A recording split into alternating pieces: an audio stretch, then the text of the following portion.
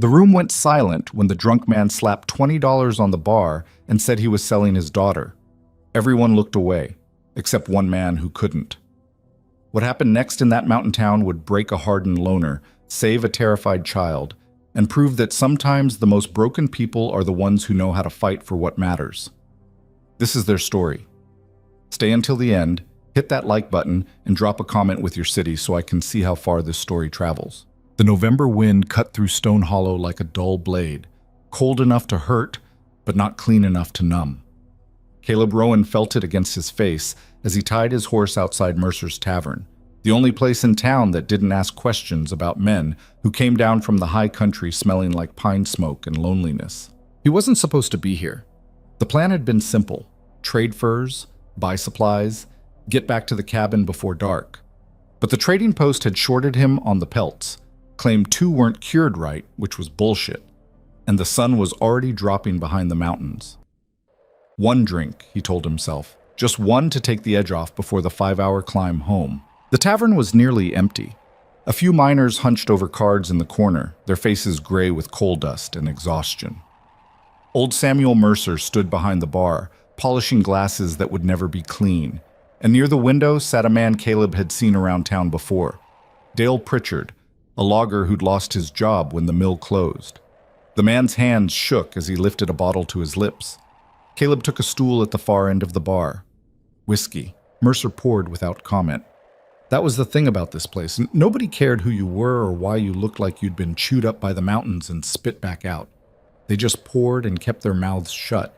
The whiskey burned going down. Good. Caleb needed something to feel besides the constant ache in his chest, the one that had lived there for 6 years, ever since the fever took Sarah and baby Emma in the same week. The cabin had been full then, full of laughter and crying and the smell of Sarah's bread baking. Now it was just him and the ghosts. He was halfway through his second glass when Dale Pritchard started talking. "I'm serious," the man said, his voice thick with drink. "I got nothing left. The house is gone. The bank took it last week." One of the miners glanced over but said nothing. "I can't feed her anymore," Dale continued, and something in his tone made Caleb's shoulders tense. "It ain't right keeping her when I got nothing to give. A man's got to be practical." Caleb kept his eyes on his glass. Other people's problems weren't his business. He'd learned that the hard way. $20, Dale said suddenly, louder now. "That's all I'm asking. $20 and she's yours. She's small, but she's strong. Works hard. Doesn't complain." The words hit Caleb like a fist. He turned slowly on his stool. Dale Pritchard sat alone at his table, and beside him, pressed against the wall like she was trying to disappear into it, was a girl. Maybe 8 years old, maybe 10, hard to tell with the way hunger had hollowed out her face. Her dress was too thin for November, patched in places with fabric that didn't match. Her hair hung in dirty tangles around her shoulders. But it was her eyes that stopped Caleb cold, flat and dark, and already knowing things no child should know. $20, Dale said again, this time looking around the room like he was addressing an audience. "Any of you want her? She can cook, clean, whatever you need." The miners looked away. Mercer kept polishing his glass. The whole room held its breath, waiting for this moment to pass so they could pretend it never happened. And Caleb saw his sister. Not the girl. His sister. Ruth. 14 years old, standing in their father's house while their old man counted money from a man in a nice suit. Ruth's hand had been so small in Caleb's. She'd looked at him with eyes that begged him to do something, anything, and he'd stood there, frozen, useless. He was 16 and thought he was a man, but when it mattered, he'd been nothing. He never saw Ruth again after that day. Nobody? Dale's voice cracked. He wasn't a monster, Caleb realized, just a man who'd been broken by circumstances until there was nothing left but desperation. That almost made it worse. "Come on, somebody must need help around their place. She eats like a bird. Won't cost you much to keep." The girl hadn't moved, hadn't made a sound. She just stared at the table in front of her like if she stayed still enough, she might stop existing. Caleb's hands were shaking. The whiskey glass rattled when he set it down. "She's a good girl," Dale said, and there were tears in his voice now. I don't want to do this, but I can't. There's no food. There's nothing left. Someone's got to take care of her and I can't. I just can't anymore." One of the miners stood up, started for the door. "Please," Dale said. The miner kept walking. Caleb watched him go.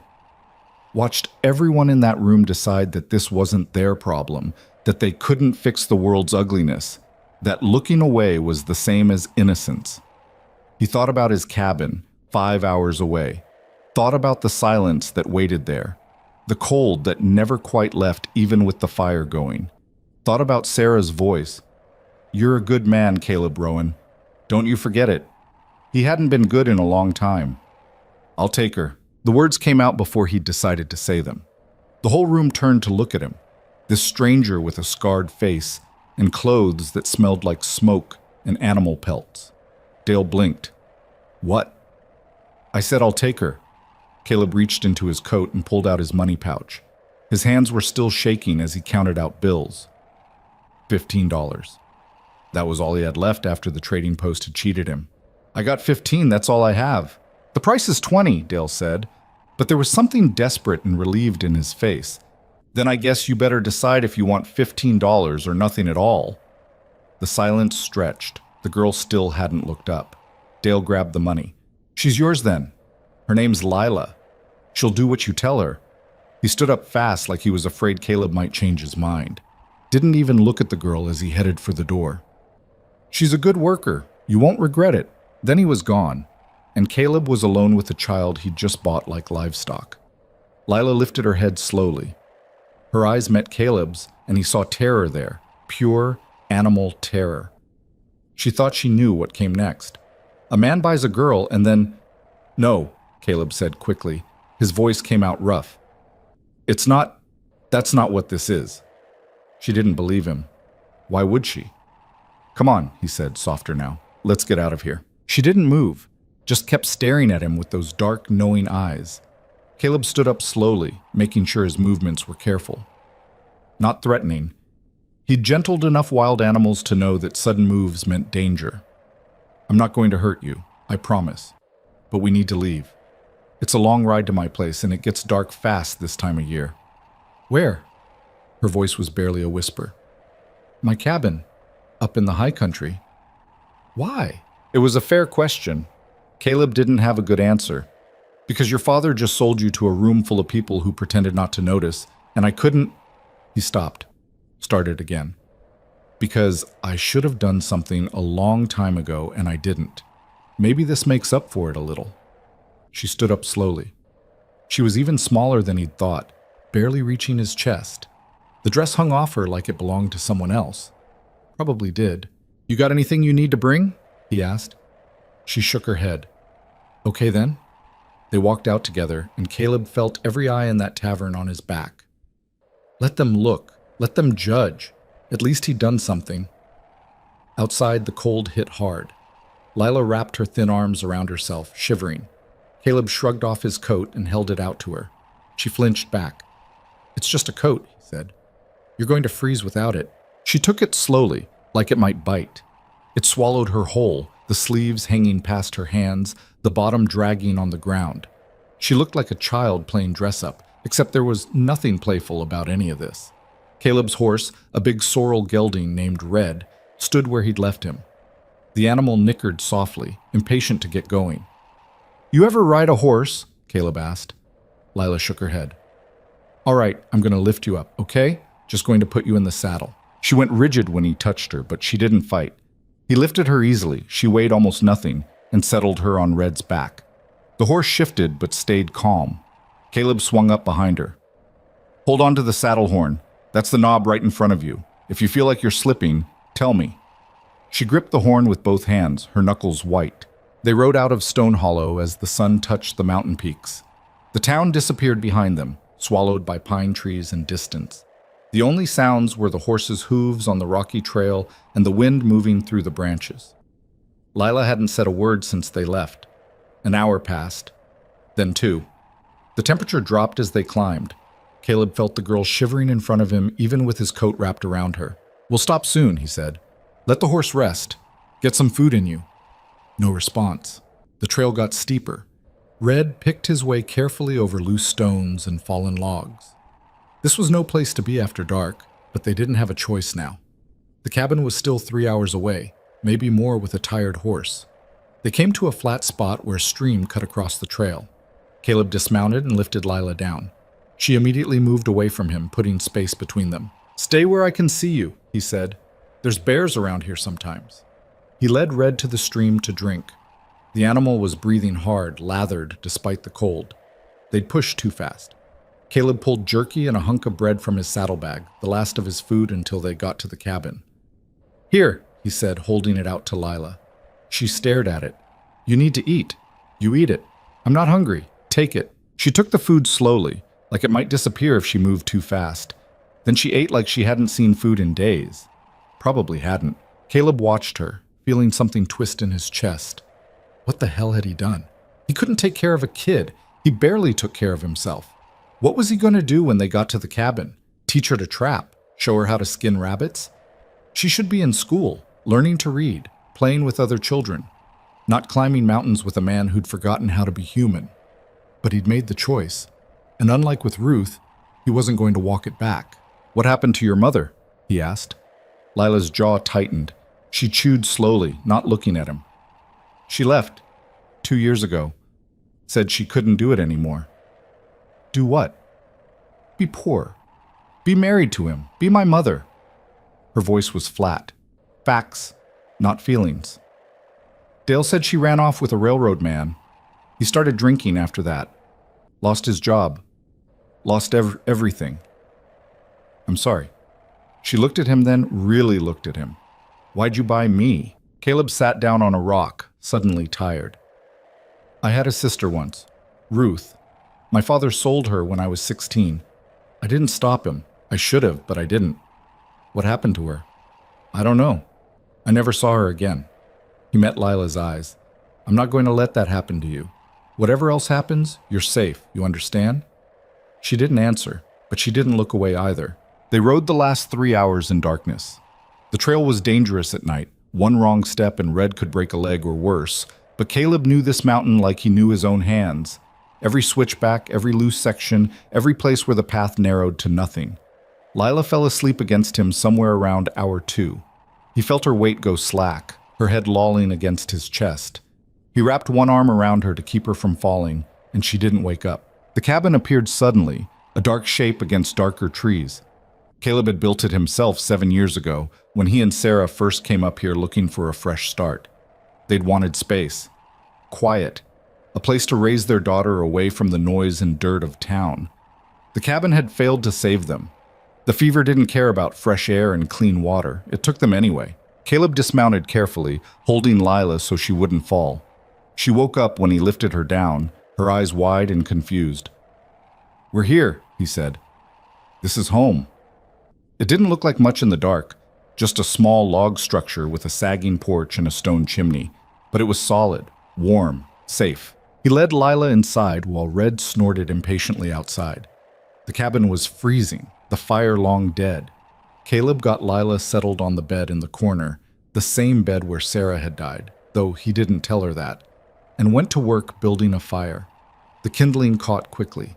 Flames spread, pushing back the darkness. Caleb added bigger logs until the fire was roaring, heat finally starting to fill the small space. When he turned around, Lila was standing in the middle of the room, looking around with an expression he couldn't read. "There's blankets on the bed," he said. "You should sleep. It's late." She didn't move, just kept looking at him with those dark, careful eyes. "What?" he asked. "Where are you going to sleep?" "I got a bedroll. I'll be fine." "Why can't you sleep in the bed?" "Because that's your bed now." She processed this. "What do you want from me?" The question hung in the air between them. Caleb felt something crack open in his chest, someplace he'd kept sealed shut since Sarah died. "Nothing," he said. "I don't want anything from you." "Everyone wants something." "Yeah, well, I'm not everyone." He grabbed his bedroll from the corner and spread it out near the fire. "Get some sleep, Lila. We'll figure the rest out tomorrow." She stood there for another minute, then slowly walked to the bed. She sat on the edge, still wearing his too big coat, still looking like she might bolt at any second. Caleb lay down and closed his eyes. He was exhausted, bone-tired in a way that went beyond just physical fatigue. But sleep didn't come. He listened to Lila's breathing across the room, listened to the fire pop and crackle, listened to the wind move through the pines outside. And he thought about choices, about the ones we make and the ones we don't, about his sister Ruth standing in their father's house with her small hand in his, about Sarah whispering in the dark that he was a good man, about a drunk logger in a tavern trying to sell his daughter for $20, about a girl named Lila who'd learned too young that love was just another thing people traded when they ran out of options. He'd brought her here, saved her maybe, or maybe just delayed the inevitable. Either way, she was his responsibility now, his choice. He hoped to hell it was the right one. Across the room, Lila finally lay down. The bed creaked, the blankets rustled, and then, so quietly, he almost didn't hear it. "Thank you." Caleb opened his eyes, stared at the ceiling beams he'd cut and placed himself. "Get some sleep, kid." Silence. Then, "My name's Lila." "I know. What's yours?" Caleb Rowan." "Okay." A pause. "Good night, Caleb." "Good night, Lila." The fire burned low. The wind kept moving through the trees. And two broken people, one who'd lost everything, one who'd never had anything to lose, slept in a cabin high in the Rocky Mountains, while the world outside stayed cold and hard and indifferent as always. But inside, for the first time in 6 years, Caleb Rowan's home wasn't empty. And maybe that was enough. Morning came hard and bright through the cabin's single window. Caleb woke to find Lila already awake, sitting on the edge of the bed with her hands folded in her lap, watching him like she was waiting for something bad to happen. "You sleep okay?" he asked, pushing himself up from the bedroll. His back complained. He wasn't young anymore, and sleeping on the floor reminded him of that fact. She nodded, but didn't speak. The fire had burned down to coals. Caleb fed it fresh wood and got it going again, then pulled on his boots. The morning routine felt strange with someone else here. For 6 years, he'd moved through these tasks alone, building the fire, making coffee, checking the weather. Now there was a small person watching his every move, and he felt clumsy under that scrutiny. "You hungry?" he asked. Another nod. He had dried venison hanging from the rafters, some potatoes in a crate, flour and cornmeal in sealed tins. Not much, but enough. He'd need to hunt soon. Winter was coming fast, and his stores were lower than they should be. He hadn't been planning on feeding 2 people. He put a pot of water on to boil and started slicing potatoes. The knife felt heavy in his hand. He kept thinking about what Lila had asked last night. "What do you want from me?"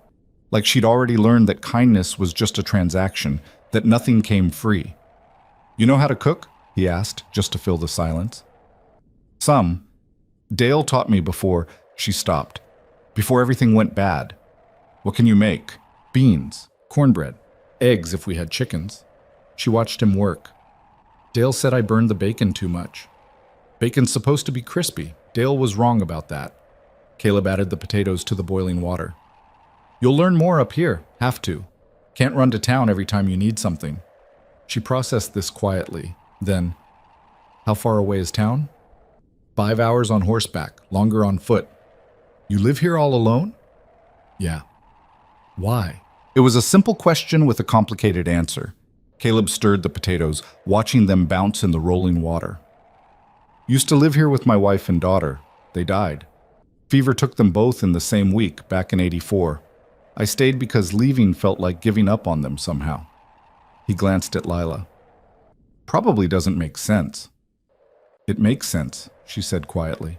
They ate in silence, boiled potatoes with salt and strips of dried venison.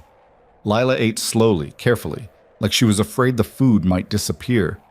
Caleb noticed she kept glancing at him, waiting for him to take his portion first before she'd touch hers. After breakfast, he showed her around the cabin.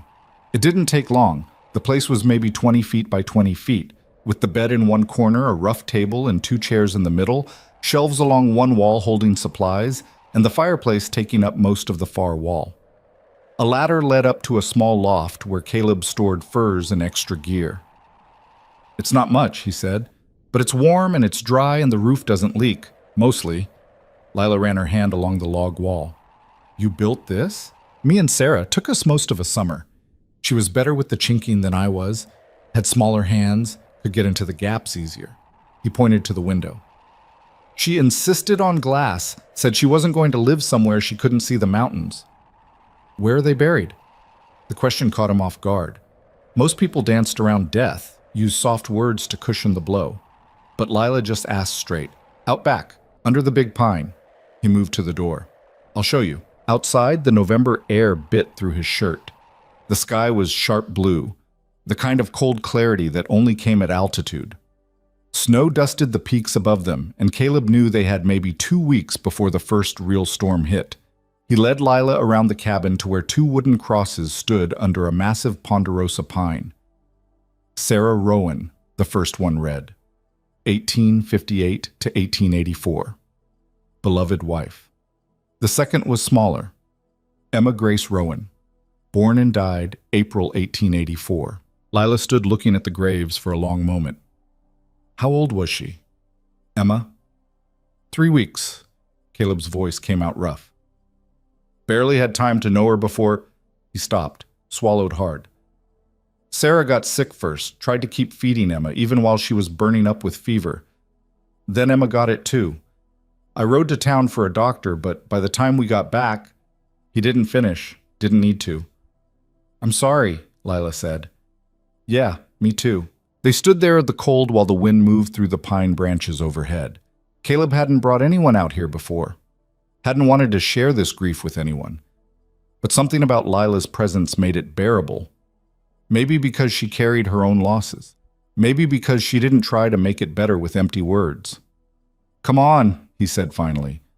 Got work to do before winter sets in proper. The next few days fell into a rhythm. Caleb had gotten soft living alone. He could go days without talking, without seeing another human face. But having Lila there forced him back into the world of words and explanations. He showed her how to split kindling without taking off a finger, how to bank the fire at night so it would last until morning, how to read the weather by watching the clouds move over the peaks, how to tell if meat was spoiled, how to patch clothes with what you had on hand. She learned fast, picked things up after one demonstration and remembered them. But she barely spoke unless he asked her a direct question, and she still flinched every time he moved too quickly. On the 4th day, Caleb decided it was time to teach her to shoot. Why? She asked when he pulled the rifle down from above the door. Because you need to know how. Up here, a gun's not about wanting to hurt something. It's about survival. You need to be able to hunt. Need to be able to protect yourself if I'm not around. He checked the rifle, made sure it was unloaded. Sarah hated guns, wouldn't touch one. I respected that, but he stopped. I was gone when she got sick, down in Stone Hollow, trading furs. If she'd been able to signal for help, fire off a shot or two, maybe someone would have heard. Maybe they could have gotten to town faster than I did. Lila took this in. You think she'd still be alive if she'd known how to shoot? I don't know. Maybe. Maybe not. He met her eyes. But I'm not taking that chance again. Anyone who lives up here needs to know how to handle a gun. They went outside to the clearing where Caleb had set up a target, an old flour sack stuffed with pine needles and hung from a tree branch. The morning was cold enough that their breath came out in clouds. This is a Winchester Model 1873, Caleb said, holding the rifle so she could see it. Fires a .4 4-40 cartridge. It's got some kick to it, so you need to hold it firm. He demonstrated the stance, feet shoulder-width apart, rifle butt tucked tight against his shoulder. You're going to feel it when you pull the trigger. Don't let it scare you. He loaded a single round and handed her the rifle. It looked enormous in her small hands. She struggled to hold it steady, the barrel wavering. Here. Caleb moved behind her, adjusting her grip. She went rigid at his touch, and he immediately stepped back. You need to pull it in tighter. The stock goes right against your shoulder. Line up the sight with the target and breathe out slow. When you're ready, squeeze the trigger. Don't jerk it. Lila raised the rifle again. Her arms shook from the weight. Take your time, Caleb said. She aimed for a long moment, then pulled the trigger. The crack of the gunshot echoed off the mountains. The recoil knocked Lila back a step, and she nearly dropped the rifle. The shot went wild, hitting a tree trunk 10 feet left of the target. Good, Caleb said. First time's always rough. Try again. They spent the next hour burning through ammunition. Lila's arms had to be screaming by the end of it, but she didn't complain. Her shots got better, not accurate yet, but better. She started anticipating the recoil, leaning into it instead of fighting it. "That's enough for today," Caleb said when he noticed her hands shaking from exhaustion. "You did good." She lowered the rifle, and for the first time since he'd bought her out of that tavern, she almost smiled. "I hit the target twice." "You did. Give it a few more weeks and you'll be out shooting me." They walked back to the cabin together. Lila carried the rifle like it was precious, and Caleb felt something shift in his chest. She was starting to trust him. Not all the way. That would take time, but enough to learn. Enough to try. That night over dinner, rabbit stew made from an animal Caleb had trapped that morning, Lila finally asked the question he'd been waiting for. "What happens when winter comes?" "We stay put mostly. Snow gets too deep to travel, and it's not safe to be out when the storms hit. We'll have enough food if I hunt smart. Got plenty of firewood stacked. We'll be fine." "And then what? After winter?" Caleb set down his spoon. "What do you mean?" "I mean," she struggled with the words. "Dale sold me. So I'm yours now, I guess. But what does that mean? What are you going to do with me?" There it was, the real question underneath all the others. "I'm not going to do anything with you," Caleb said carefully. "You're not property, Lila. I didn't buy you like you were a horse or a piece of furniture. I bought you away from a bad situation." "But you paid for me." "Yeah, I did, and I'd do it again." He leaned forward. "Look, I don't know what happens next. I didn't think any of this through before I opened my mouth in that tavern. But here's what I do know. You're safe here. Nobody's going to hurt you or sell you or treat you like you're worth less than you are. You can stay as long as you want. And when you're old enough, if you want to leave, I won't stop you." She stared at him. "Why would you let me leave?" "Because you're not a prisoner. You're a kid who got dealt a bad hand, and I'm trying to—" He stopped, started again. "My sister Ruth, the one I told you about. After my father sold her, I used to wonder what happened to her. If whoever bought her was kind, if she was okay. I never found out, but I promised myself that if I ever got the chance to be the kind of person who didn't look away, I would. So I'm here because you feel guilty about your sister?" The words stung because they were partly true. "Maybe at first, but now—" He met her eyes. "Now you're here because I want you to be. Because this cabin's too quiet with just me in it. Because teaching you to shoot today felt like something worth doing. Is that a good enough reason?"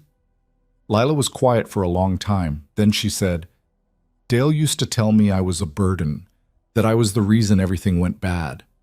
Dale was wrong." "How do you know?"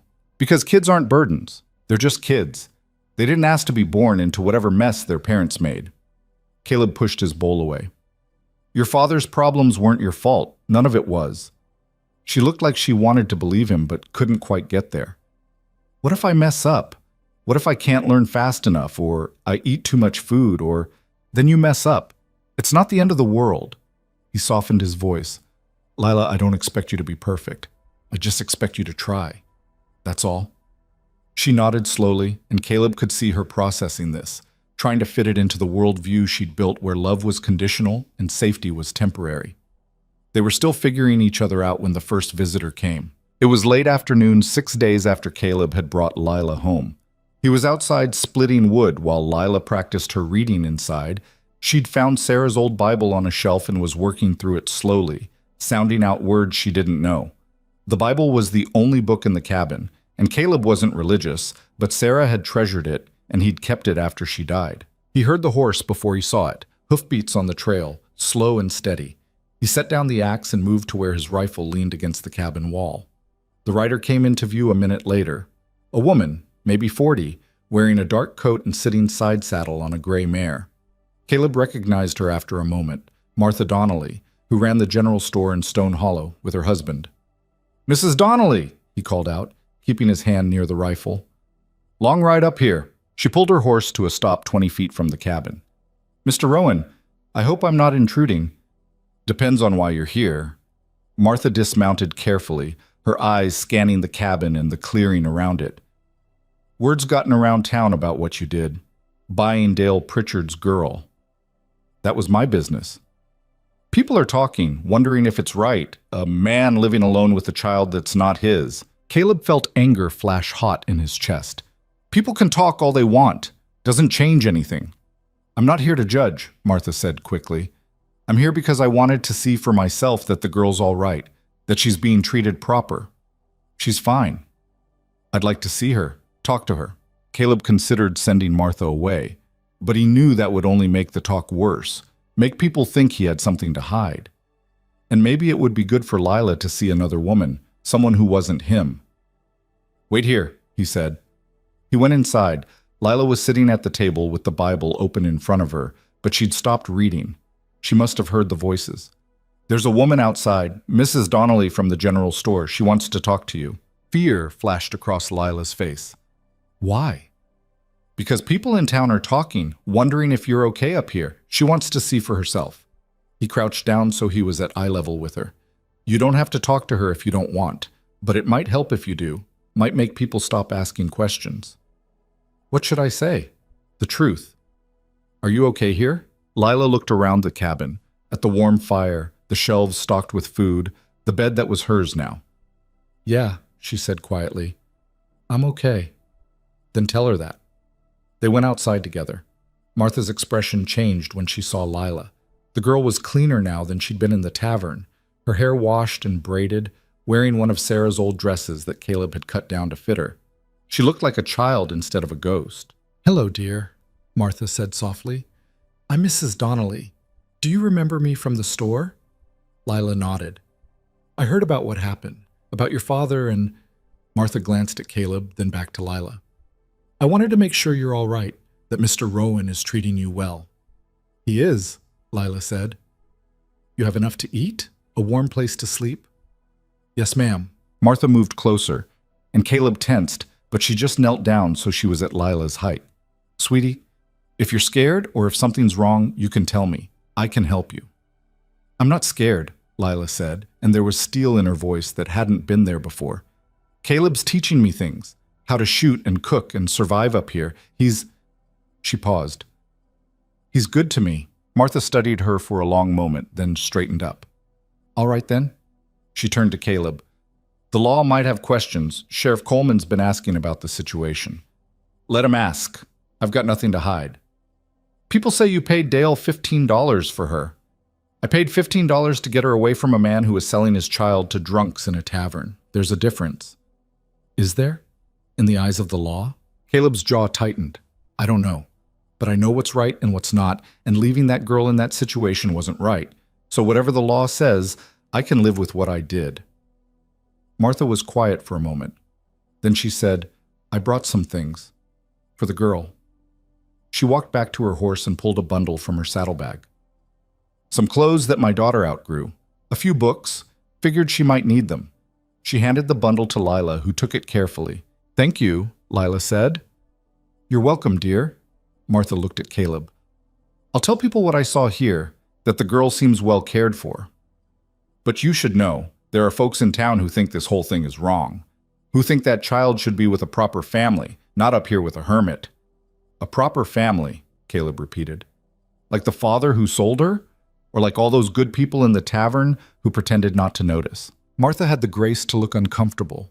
I'm just telling you what people are saying. Noted. She mounted her horse and turned it back toward the trail. Take care of her, Mr. Rowan. I mean it. I will. They watched her ride away until the trees swallowed her up and they were alone again. Are they going to take me away? Lila asked quietly. Not if I can help it. Caleb rested his hand on her shoulder, and for the first time she didn't flinch. Come on, let's see what she brought you. Inside they opened the bundle. There were 3 dresses, all well made and hardly worn, 2 pairs of boots, a warm coat, and at the bottom, 3 books, a reader, a book of fairy tales, and a slim volume of poetry. Lila ran her fingers over the books like they were treasure. You like to read? Caleb asked. I used to. Before... She stopped. Dale said books were a waste of time, sold most of ours when the money ran out. Well, you can read as much as you want here. No such thing as wasted time if you're learning something. That night, Lila read aloud from the fairy tales book while Caleb worked on repairing a harness. Her voice was soft and uncertain at first, but it got stronger as she went. The stories were the usual things, princesses and talking animals and magic that solved every problem. Caleb didn't believe in magic anymore, but he liked hearing her read, liked the sound of another voice in the cabin. She fell asleep in the middle of a story about a girl who lived in a tower. Caleb marked the page and carried her to bed, and she didn't wake up, just curled into the blankets with that same guarded look she wore even in sleep. He sat by the fire for a long time after that, thinking about what Martha had said. The law might have questions. People thought this was wrong. Maybe it was wrong. Maybe he had no business raising a child when he'd failed so completely to save his own. Maybe Lila would be better off with a real family, people who knew how to be parents instead of just a broken man who'd spent 6 years hiding from the world. But when he looked at her sleeping there, safe and warm and fed, he couldn't make himself believe it. She'd been dying in that town, maybe not physically, but in every way that mattered. And up here, she was starting to come alive again. That had to count for something. The days got shorter and colder. Caleb took Lila hunting, teaching her to track deer through the snow, to read the signs animals left behind. She was small and quiet, and could move through the woods like a ghost when she wanted to. They got a big buck one morning, Lila's shot that brought it down after Caleb had tracked it for 2 hours. She'd been so proud she'd actually laughed, and the sound had hit Caleb like a physical thing. He taught her to dress the kill, even though she turned green halfway through. "You don't waste anything up here," he explained. "Meat for eating, hide for leather, bones for tools. Nothing gets thrown away." She learned to set snares for rabbits, to ice fish in the stream when it froze over, to tell poisonous plants from safe ones, to navigate by the stars. And slowly, bit by bit, she started talking. Not a lot. She was still guarded, still waiting for the other shoe to drop. But she'd ask questions now, tell him things. "Dale used to say my mother left because I cried too much as a baby," she said one day while they were cleaning fish. "Is that true? Can a baby cry too much?" "No," Caleb said firmly. "Babies cry. That's what they do. Your mother left because she had her own problems, not because of anything you did." "How do you know?" "Because I watched Sarah with Emma. Even when Emma cried all night and we were both exhausted, Sarah never once acted like our daughter was a burden. Parents who love their kids don't leave because things get hard." Lila was quiet, processing this. Then, "Did you love Emma?" "More than anything." The words hurt to say but felt necessary. "I only got 3 weeks with her, but yeah, I loved her." "Do you think she would have liked it up here when she got older?" Caleb smiled despite the ache in his chest. "I think she would have driven me crazy asking questions about everything. She'd have been like you, wanting to know how things work, why things are the way they are." "I'm like her?" "A little. You both had that same stubborn streak." Layla almost smiled at that. The first big storm hit in early December. Caleb had been watching the clouds build over the mountains for 2 days, recognizing the signs. He made sure they had enough firewood stacked inside, enough food and water to last a week if they needed it. The snow started during the night. Caleb woke to the sound of wind screaming around the cabin and the temperature dropping fast even with the fire going. He added more wood and checked the gaps around the door and windows, making sure they were sealed tight. Lila woke up shivering. "What's happening?" "Blizzard. It's going to get bad." He pulled another blanket from the shelf and wrapped it around her shoulders. "We're going to stay inside until it passes. Could be a day, could be 3. We'll be fine as long as we keep the fire going and don't panic." By noon, the snow was 2 feet deep and still falling. The wind had turned the world outside into a white chaos. Visibility was maybe 10 feet. The cold was so intense it felt malicious, like something alive trying to kill them. They stayed close to the fire. Caleb had Lila read aloud to pass the time, and when she got tired of that, he told her stories about building the cabin, about the first winter he and Sarah had survived up here when they'd been young and stupid and unprepared. "We almost died that year," he admitted. "Ran out of food in February and had to survive on pine needle tea and whatever small game I could trap. Sarah lost so much weight I could count her ribs. When spring finally came, we both swore we'd never be that unprepared again." "But you stayed," Lila said. "We stayed. This place gets in your blood. Once you've lived up here, everything else feels too crowded, too loud. Do you think I'll feel that way?" Caleb looked at her. This small girl who'd been sold like livestock and who was now learning to survive in one of the harshest environments on Earth. "I think you'll feel however you feel. And whatever that is, it'll be okay. The storm lasted 3 days. On the second day, they heard wolves howling in the distance. Caleb made sure his rifle was loaded and within reach. "They won't come near the cabin," he told Lila when he saw fear in her eyes. "They're just passing through." But that night, something scratched at the door.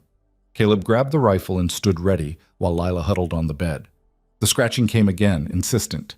"Stay back," Caleb ordered. He moved to the door and threw it open fast, rifle raised.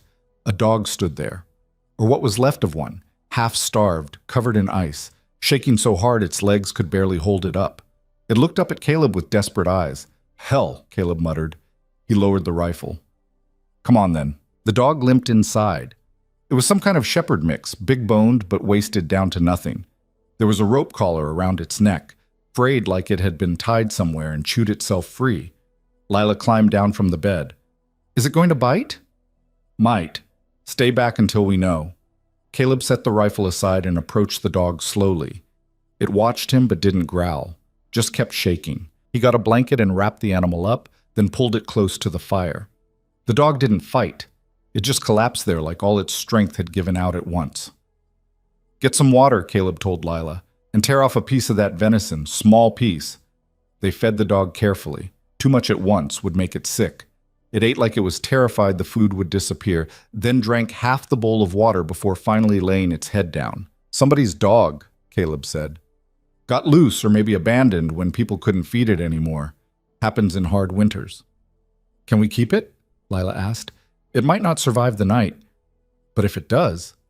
Caleb looked at the dog, then at Lila, saw the hope in her face, the first time she'd asked for anything since arriving. "If it survives, we'll see." The dog survived. By morning it was alert enough to lift its head, and by afternoon it was eating more steadily. Lila stayed by its side, talking to it softly, petting its matted fur. "We need to call it something," she said. "It's probably got a name already." "But we don't know what it is, so we should give it a new one." She thought for a minute. "What about Bear? It's big like a bear." Caleb couldn't help but smile. "Sure, Bear works." The storm broke on the third day. The sun came out hard and bright, turning the snow into a field of diamonds. Caleb dug a path to the woodpile and checked on Red in the small shelter he'd built for the horse. The animal was fine, just restless from being cooped up. Bear the dog recovered slowly. Within a week, it had put on weight and its coat was starting to shine. It followed Lila everywhere, and at night it slept by her bed like a guardian. "That dog loves you," Caleb observed one evening. Lila looked pleased. "Nobody ever loved me before, except maybe my mother, and I don't remember that." The words hung in the air. Caleb wanted to tell her that he was starting to care about her too, that having her here had filled some of the emptiness that had been eating him alive. But he didn't know how to say it without sounding like he was trying to replace Emma, or like he expected something in return. So instead he just said, "Well, you got Bear now, and he's not going anywhere." Lila smiled, a real smile this time, not the half thing she usually offered. "Yeah, I got Bear." Christmas came and went without much fanfare. Caleb didn't celebrate holidays anymore. They just reminded him of what he'd lost. But he made a special dinner for Lila anyway, using the last of his sugar to make something close to cake. It wasn't much, but her face lit up when she tasted it. "Dale never did Christmas," she said. "Not after Mother left." "Well, we're doing it now," Caleb said. "From now on." The words felt like a promise, like he was committing to something bigger than just keeping her safe through the winter. Like he was saying she belonged here, with him, for as long as she wanted. And judging by the way Lila looked at him, with something that might have been trust starting to bloom behind the fear, she understood what he meant. The new year came. The snow kept falling. And in a cabin high in the Rocky Mountains, a broken man and a damaged girl and a half-wild dog built something that almost felt like family. January brought a cold so brutal it felt personal, the kind that crept through every crack in the cabin walls and made breathing hurt. Caleb woke one morning to find ice crystals on the inside of the window, and Lila huddled under every blanket they owned, still shivering. "Fire's dying," she said through chattering teeth. Caleb cursed himself. He'd let it burn too low during the night, trying to conserve wood. Stupid. He fed the flames until they roared back to life, then checked their wood supply. They had maybe 3 days left if they were careful. 4 weeks of winter still ahead, maybe more. "I need to cut more," he said. "Can't wait for it to warm up." Lila sat up, wrapped in blankets like a small ghost. I'll help. Too cold. You stay inside with Bear. You can't do it alone. You said so yourself. 2 people work faster than 1. She was right, but the thought of taking her out in this weather made his stomach knot. Still, they didn't have a choice. They needed wood or they'd freeze. All right, but you do exactly what I say. The second you can't feel your fingers or toes, you tell me. Frostbite's nothing to mess with. They bundled up in every piece of clothing they owned and went out into air so cold it burned. The snow crunched under their boots, frozen solid. Caleb led the way to a stand of dead pines he'd marked earlier in the season. Already down, just needed to be cut and hauled back. They worked in silence, Caleb sawing while Lila gathered the pieces and stacked them. Bear stayed close, his breath coming out in clouds. The cold was vicious, working through their gloves and coats like they weren't even there. After an hour, Lila's lips had gone blue. Inside, Caleb ordered. Now! We're not done. I said inside, you're freezing. She wanted to argue but couldn't make her jaw work right. Caleb walked her back to the cabin, got her by the fire, rubbed warmth back into her hands. Her fingers were white at the tips, close to frostbite, but not quite there. You stay here, he said. I'll finish. It took him 3 more hours to cut enough wood to last another week. By the time he dragged the last load back to the cabin, his hands were numb, and his lungs felt raw from breathing frozen air.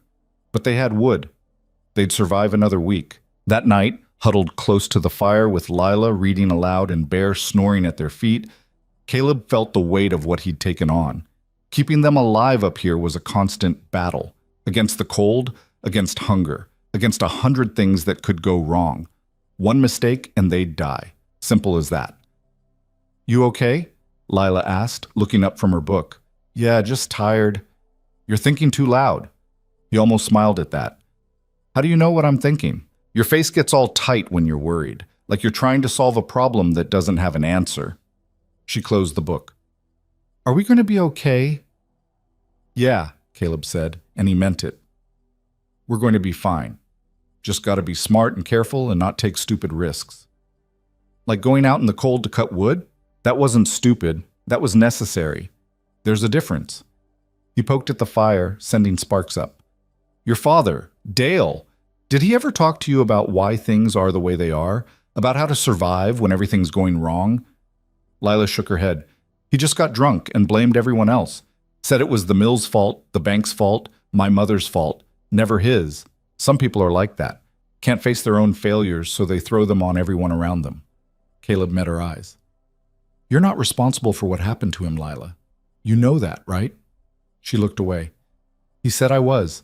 Said if I'd been a boy, things would have been different. Said I cost too much to keep. The anger that flashed through Caleb was hot and immediate. Your father was weak. He took his pain and his failures, and he put them on a child who couldn't defend herself. That's not your fault. That's his. But what if he was right? What if I am too much trouble? You're not.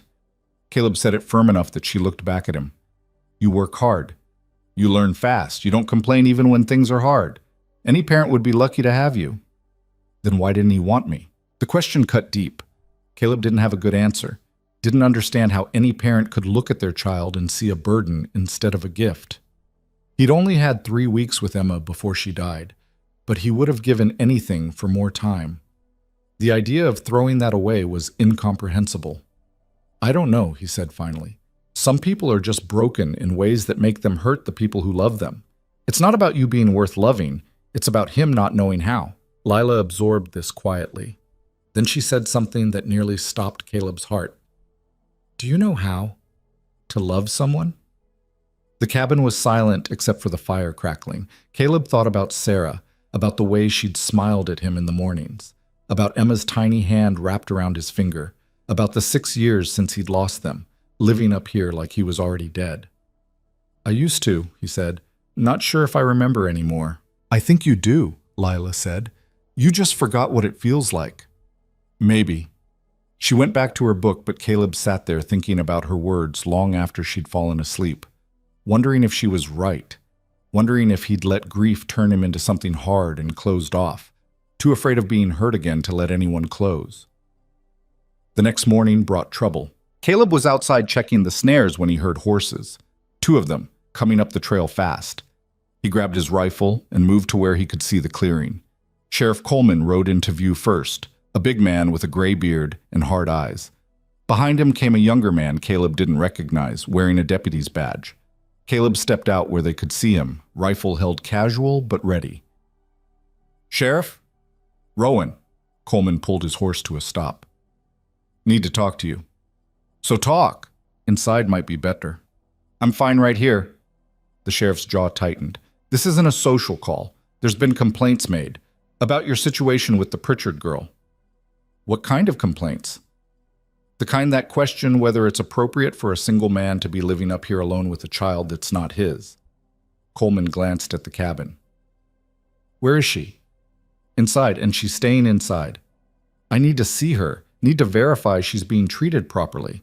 Caleb's grip on the rifle tightened. "She's fine. Fed, warm, safe. What else do you need to verify?" "That you haven't—" The sheriff stopped, started again. "Look, I know you think you did a good thing taking her out of that tavern, but the law sees it different. You paid money for a child. That's buying a human being, Rowan. That's illegal. So arrest me." "I might have to if you don't cooperate." They stared at each other across the frozen clearing. Caleb knew he was on thin ground here, knew the law could take Lila away if they decided to. But the thought of her going back to some town official who'd stick her in an orphanage or with a family that just wanted free labor made his blood run cold. "What do you want?" he asked. "I want to see the girl, talk to her without you standing over her shoulder. Then I want to understand what your intentions are here." "My intentions are to keep her alive and safe. That's it." "For how long? What happens when spring comes and you can travel again? You going to keep her up here forever?" Caleb hadn't thought that far ahead. "I don't know. That's the problem. You don't know what you're doing. You acted on impulse and now you're in over your head."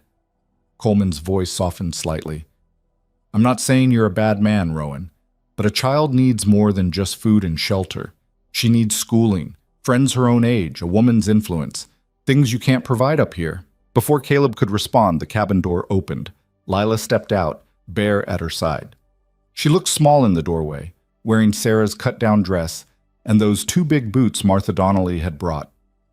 "I heard voices," she said. "Get back inside," Caleb told her. "No."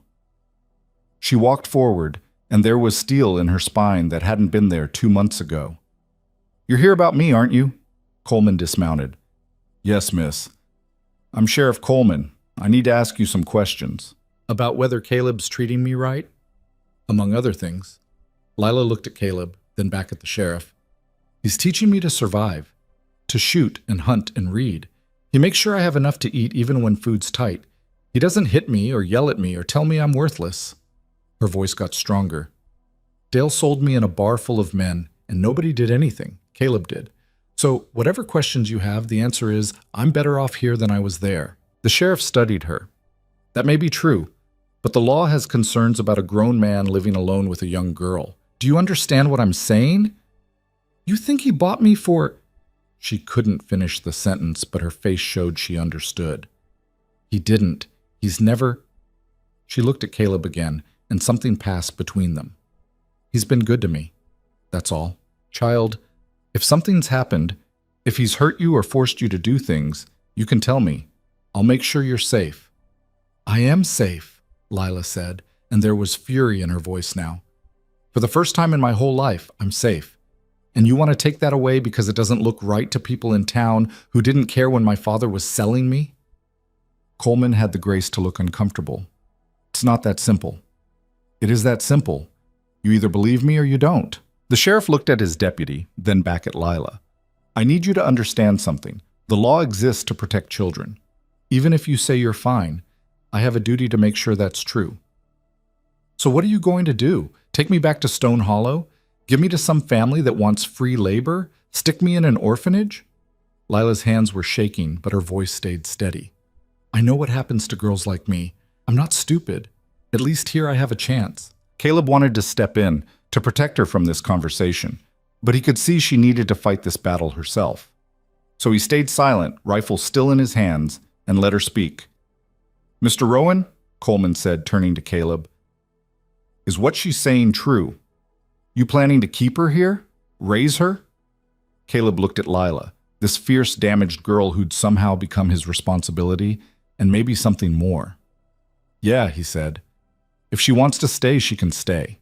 And if I say that's not acceptable, then I guess we have a problem. The standoff stretched. The deputy's hand moved toward his gun, but Coleman held up a hand to stop him. I could take her right now, the sheriff said. I have the authority.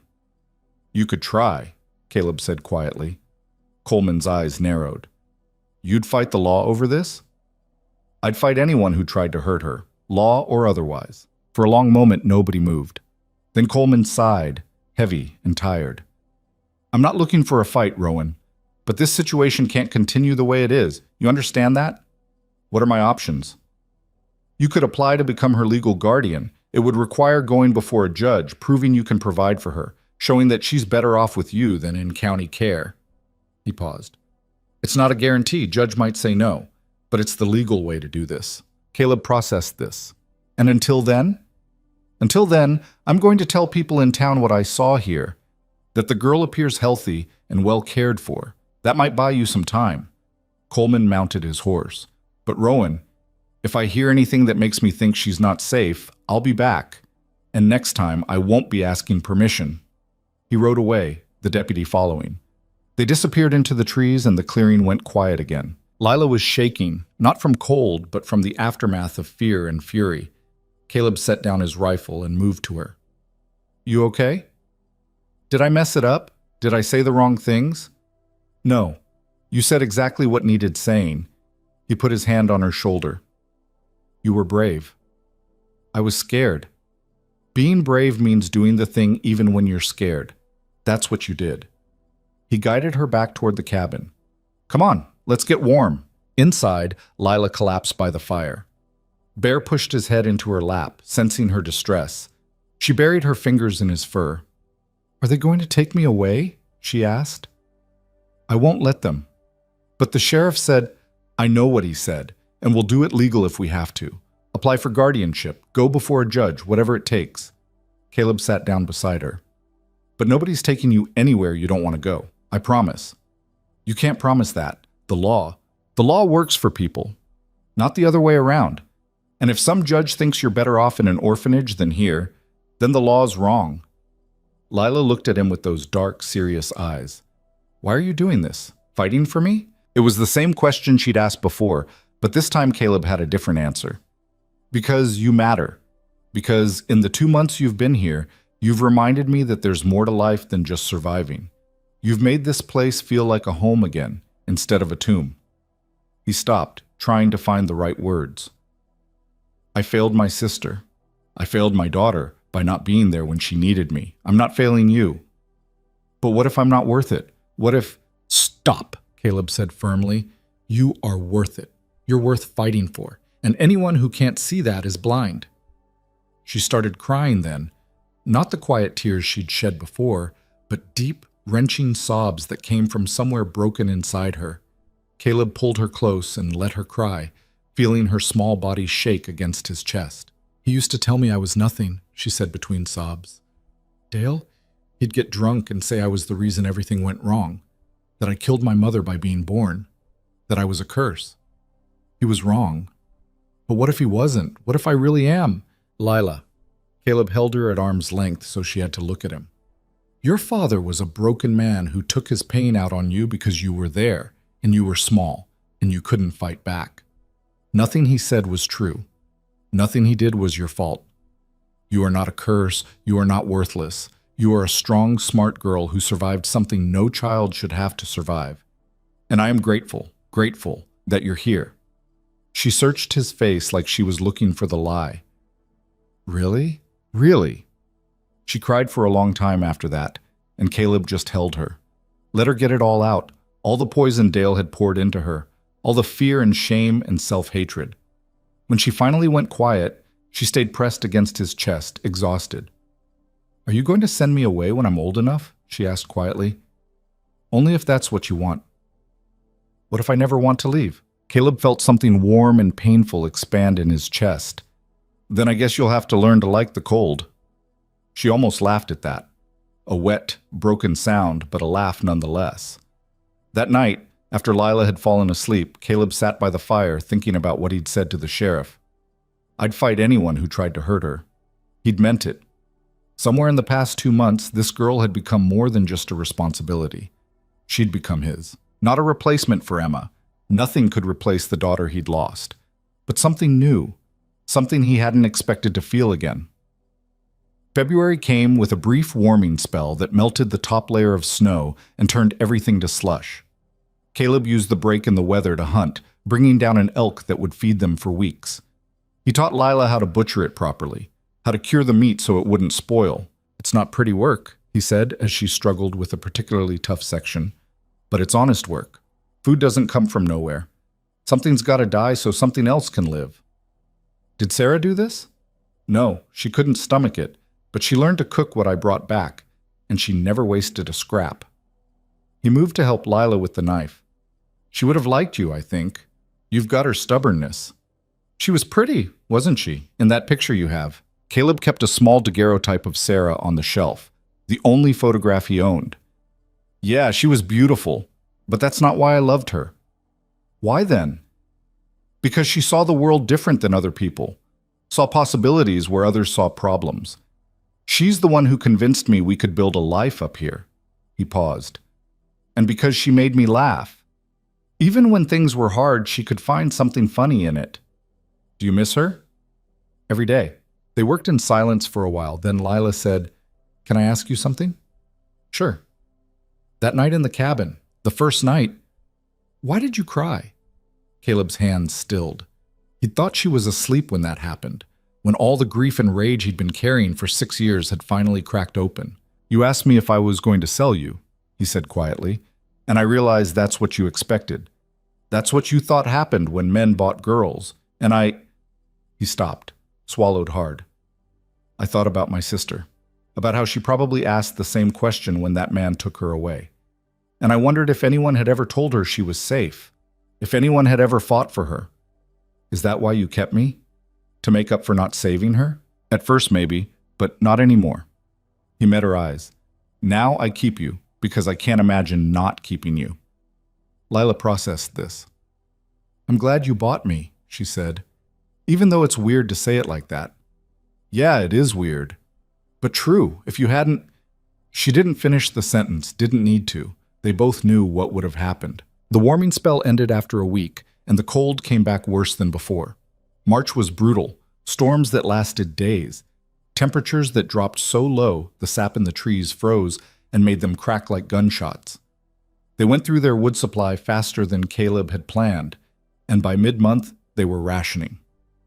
Lila started coughing. At first it was just a tickle, the kind that came from breathing cold air too long. But it got worse. Deep, wet coughs that shook her whole body. Caleb felt panic rise. He'd seen what sickness could do up here, how fast it could turn deadly. He made her stay in bed, piled blankets on her, kept the fire roaring even though it meant burning through wood they couldn't spare. He made tea from pine needles and yarrow, forced her to drink it even when she said it tasted like dirt. I'm fine, she insisted, her voice hoarse. You're not fine, you're sick. It's just a cough. Sarah said that too, right before... He stopped himself. You're staying in bed until this passes. But it didn't pass. It got worse. By the 4th day, Lila was burning with fever, her skin hot and dry. She couldn't keep food down, could barely stay awake. Caleb faced a choice. Stay in the cabin and hope she got better, or risk the 5-hour ride to Stone Hollow in the middle of winter to get help. He looked at the girl lying in the bed where his wife had died, looked at her flushed face and the way her breathing had gone shallow, and he made his decision. Bear, he said to the dog, you stay with her. Keep her warm. He bundled up, saddled Red, and rode out into the worst weather he'd seen in years. The wind cut like knives. The snow was so thick he could barely see 10 feet ahead, but he pushed the horse hard, following the trail by memory more than sight. He made it to town in 4 hours, faster than he should have been able to in those conditions. Found Doc Morrison's house and pounded on the door until the old man answered. She's sick, Caleb said without preamble. Fever, cough, can't keep food down, I need medicine. Morrison looked at him like he'd lost his mind. In this weather, Rowan, you're lucky you didn't die getting here. I don't care about the weather. I need medicine for Lila. The doctor sighed and went to gather supplies. He came back with a bag full of bottles and packets. Willow bark for the fever, this powder for the cough, mix it with warm water. If she's not eating, get broth in her any way you can. He paused. You sure you can make it back? I have to. Then take this too. Morrison handed him a small bottle. Laudanum, if the pain gets bad. But be careful with it. Too much and it'll put her to sleep permanent. Caleb rode back into the storm. The return trip was worse. Red was tired and the wind had shifted, blowing directly in their faces. Twice they had to stop because the horse couldn't see the trail.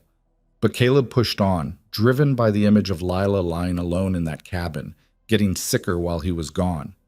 He made it back just after dark, stumbled inside to find Bear lying across Lila's chest and the girl barely conscious. I'm here, he said, moving to her side.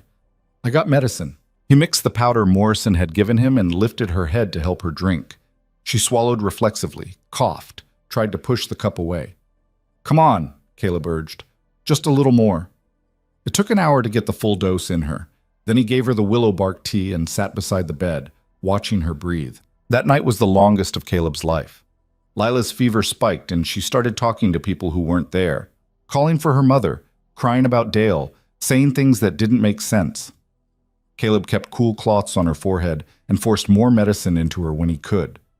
Somewhere around midnight, she opened her eyes and looked right at him. Are you going to sell me too? She asked. The question hit him like a fist.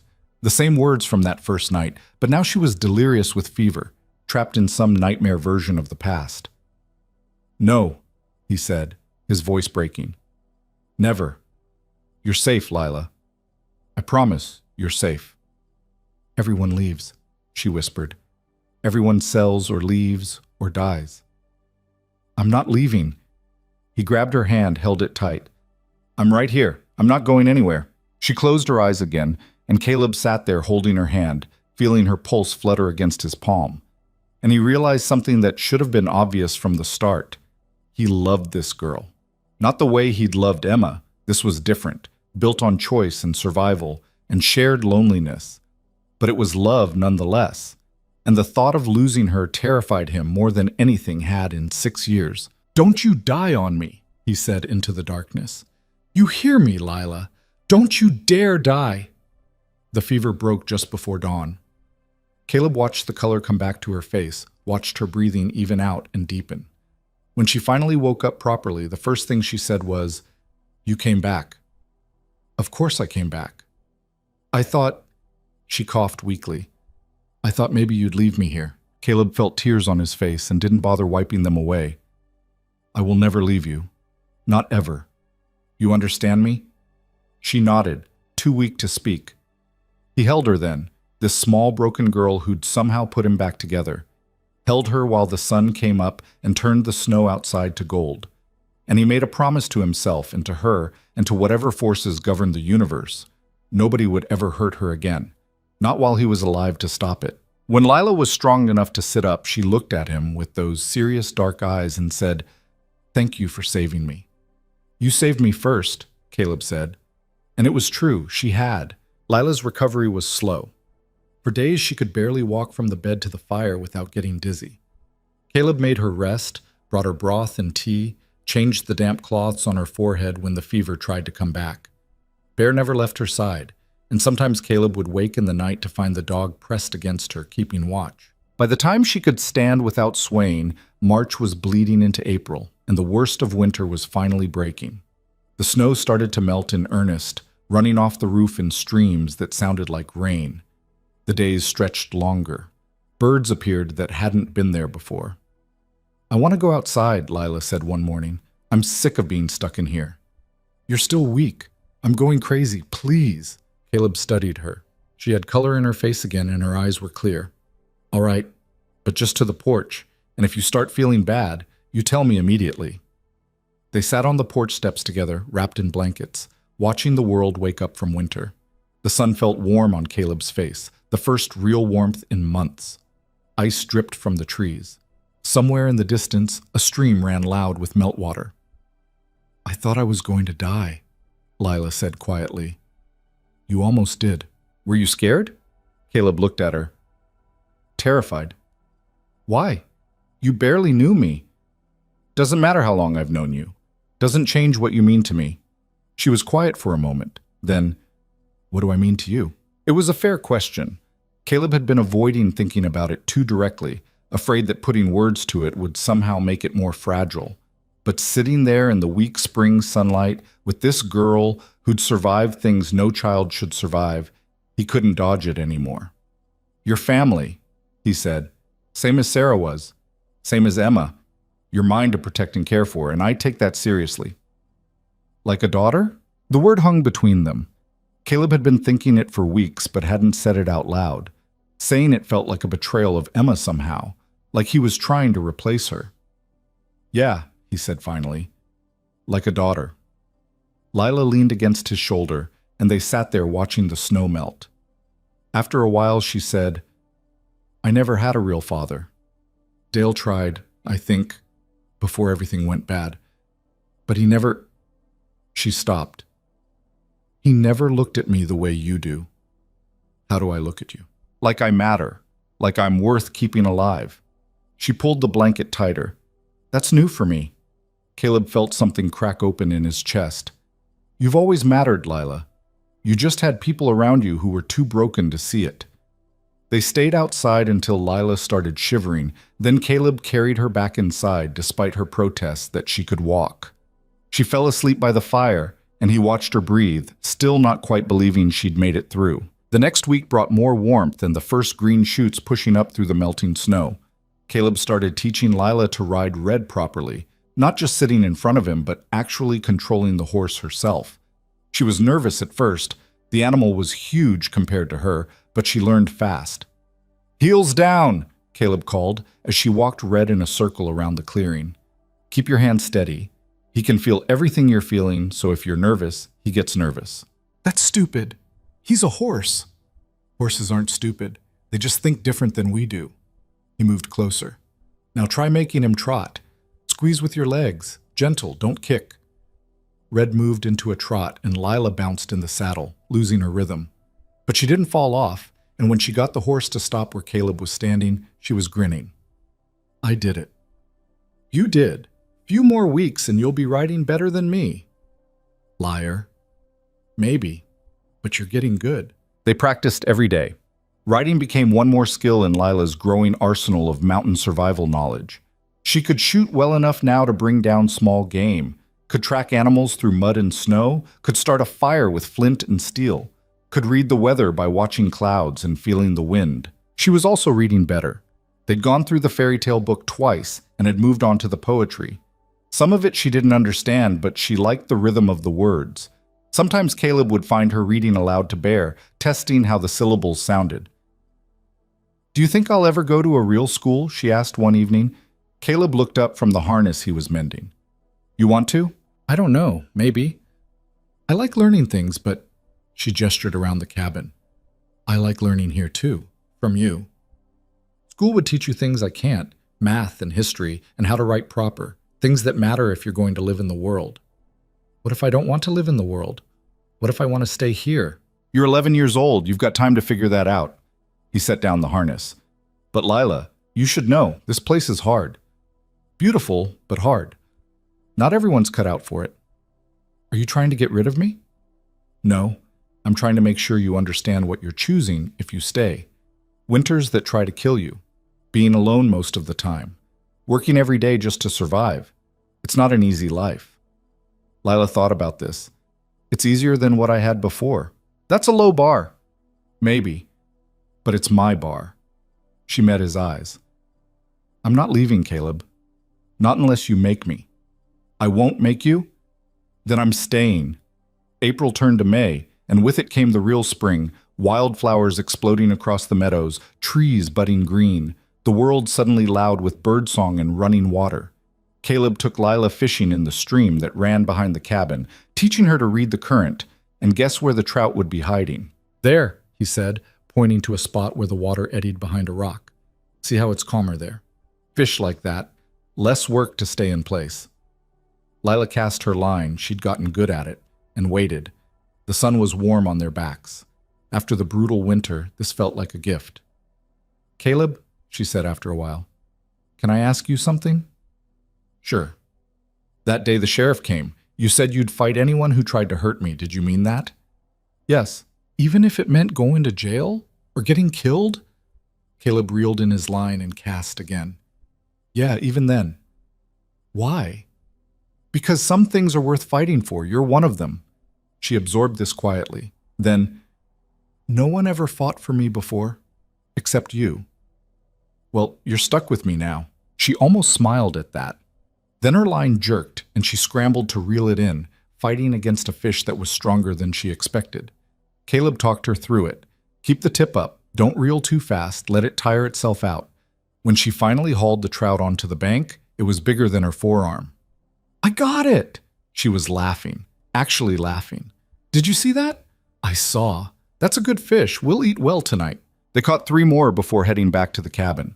Lila insisted on cleaning them herself, even though the work was messy, and she complained about the smell. Caleb watched her work and felt something warm settle in his chest.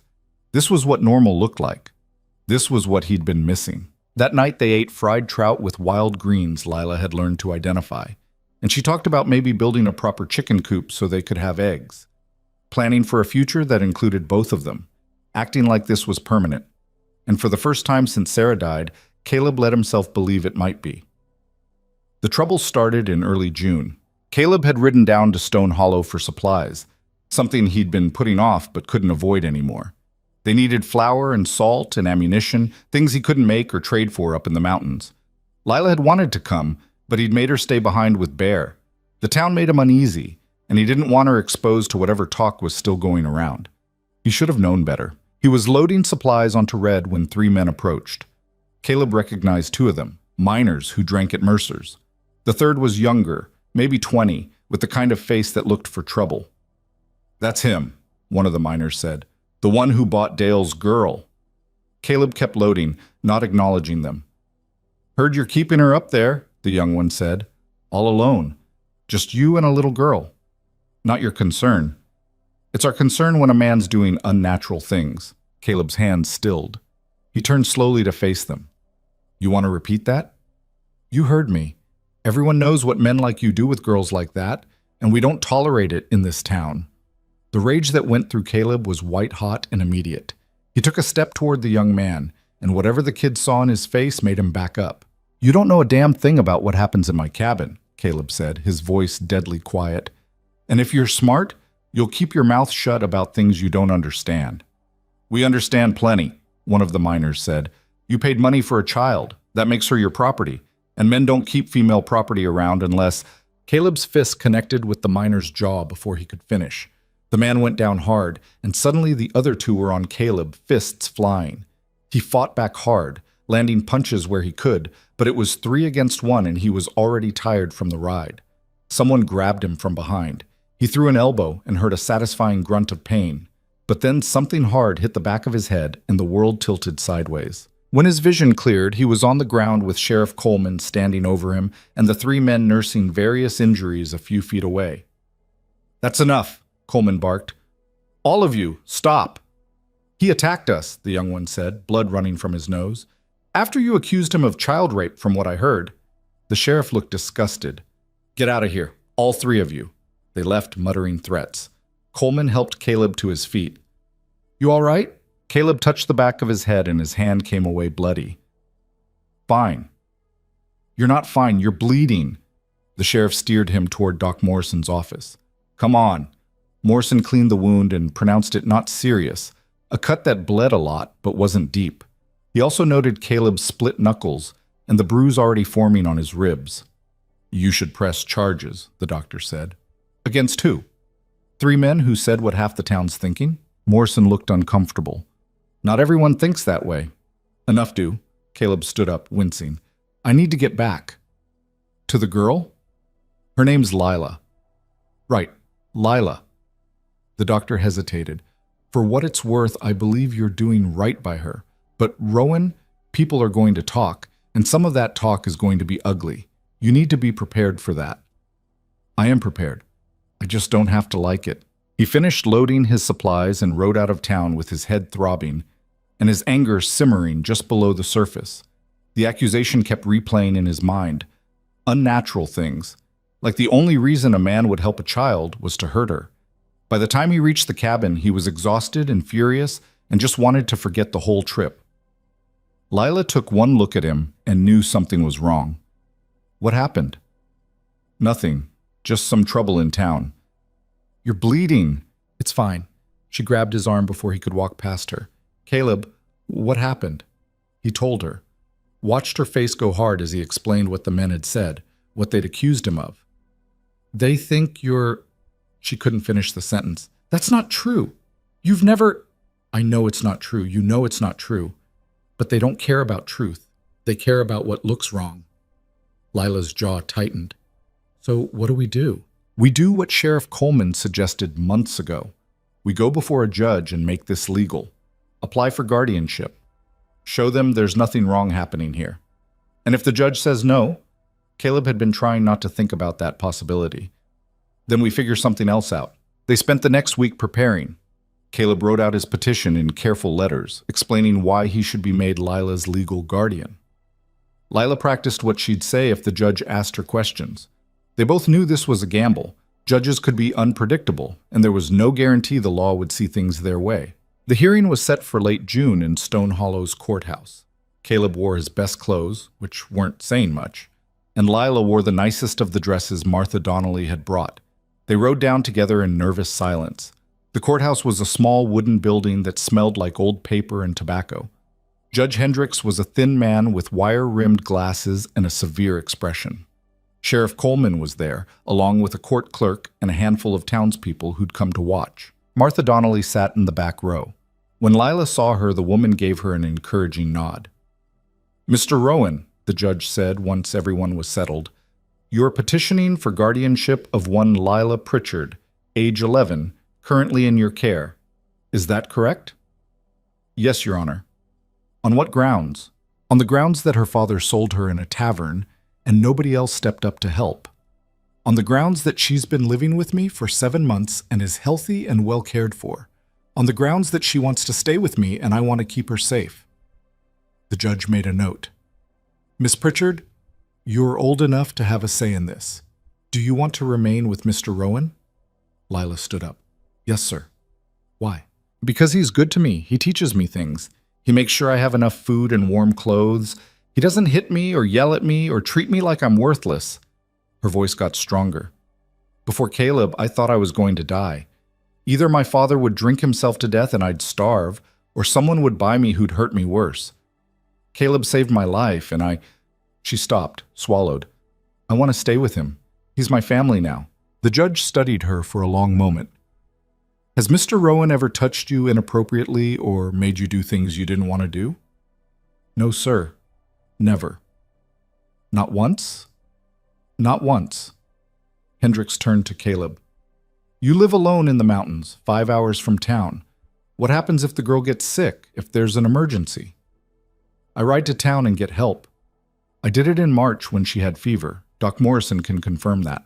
Morrison, sitting in the front row, nodded. It's true. He rode through a blizzard to get medicine for her. And what about her education? The judge pressed. She should be in school, learning to read and write in cipher. She can read already and write. I'm teaching her math when I can, but I'll admit that's not my strong suit. Caleb straightened. If you want to make school attendance a condition of guardianship, I'll bring her to town every day during the school year. It'll be hard, but I'll do it. You'd ride 5 hours each way, every day? If that's what it takes. The judge made another note. Then he called Sheriff Coleman to testify. The sheriff confirmed that he'd visited the cabin, that Lila appeared well cared for, that he had no evidence of wrongdoing. Then one of the men from the fight stood up.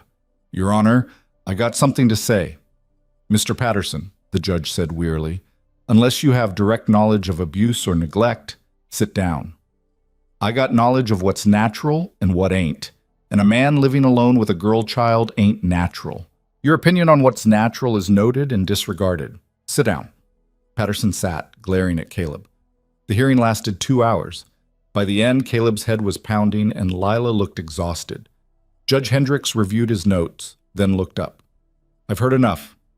Mr. Rowan, you're not an ideal guardian on paper. You live in isolation, you have limited means, and you lack formal education. Under normal circumstances, I would not approve this petition. Caleb's heart sank. However, the judge continued, these are not normal circumstances. Miss Pritchard was failed by her father and by this community. You stepped in when no one else would, and from what I can see, you've done right by her.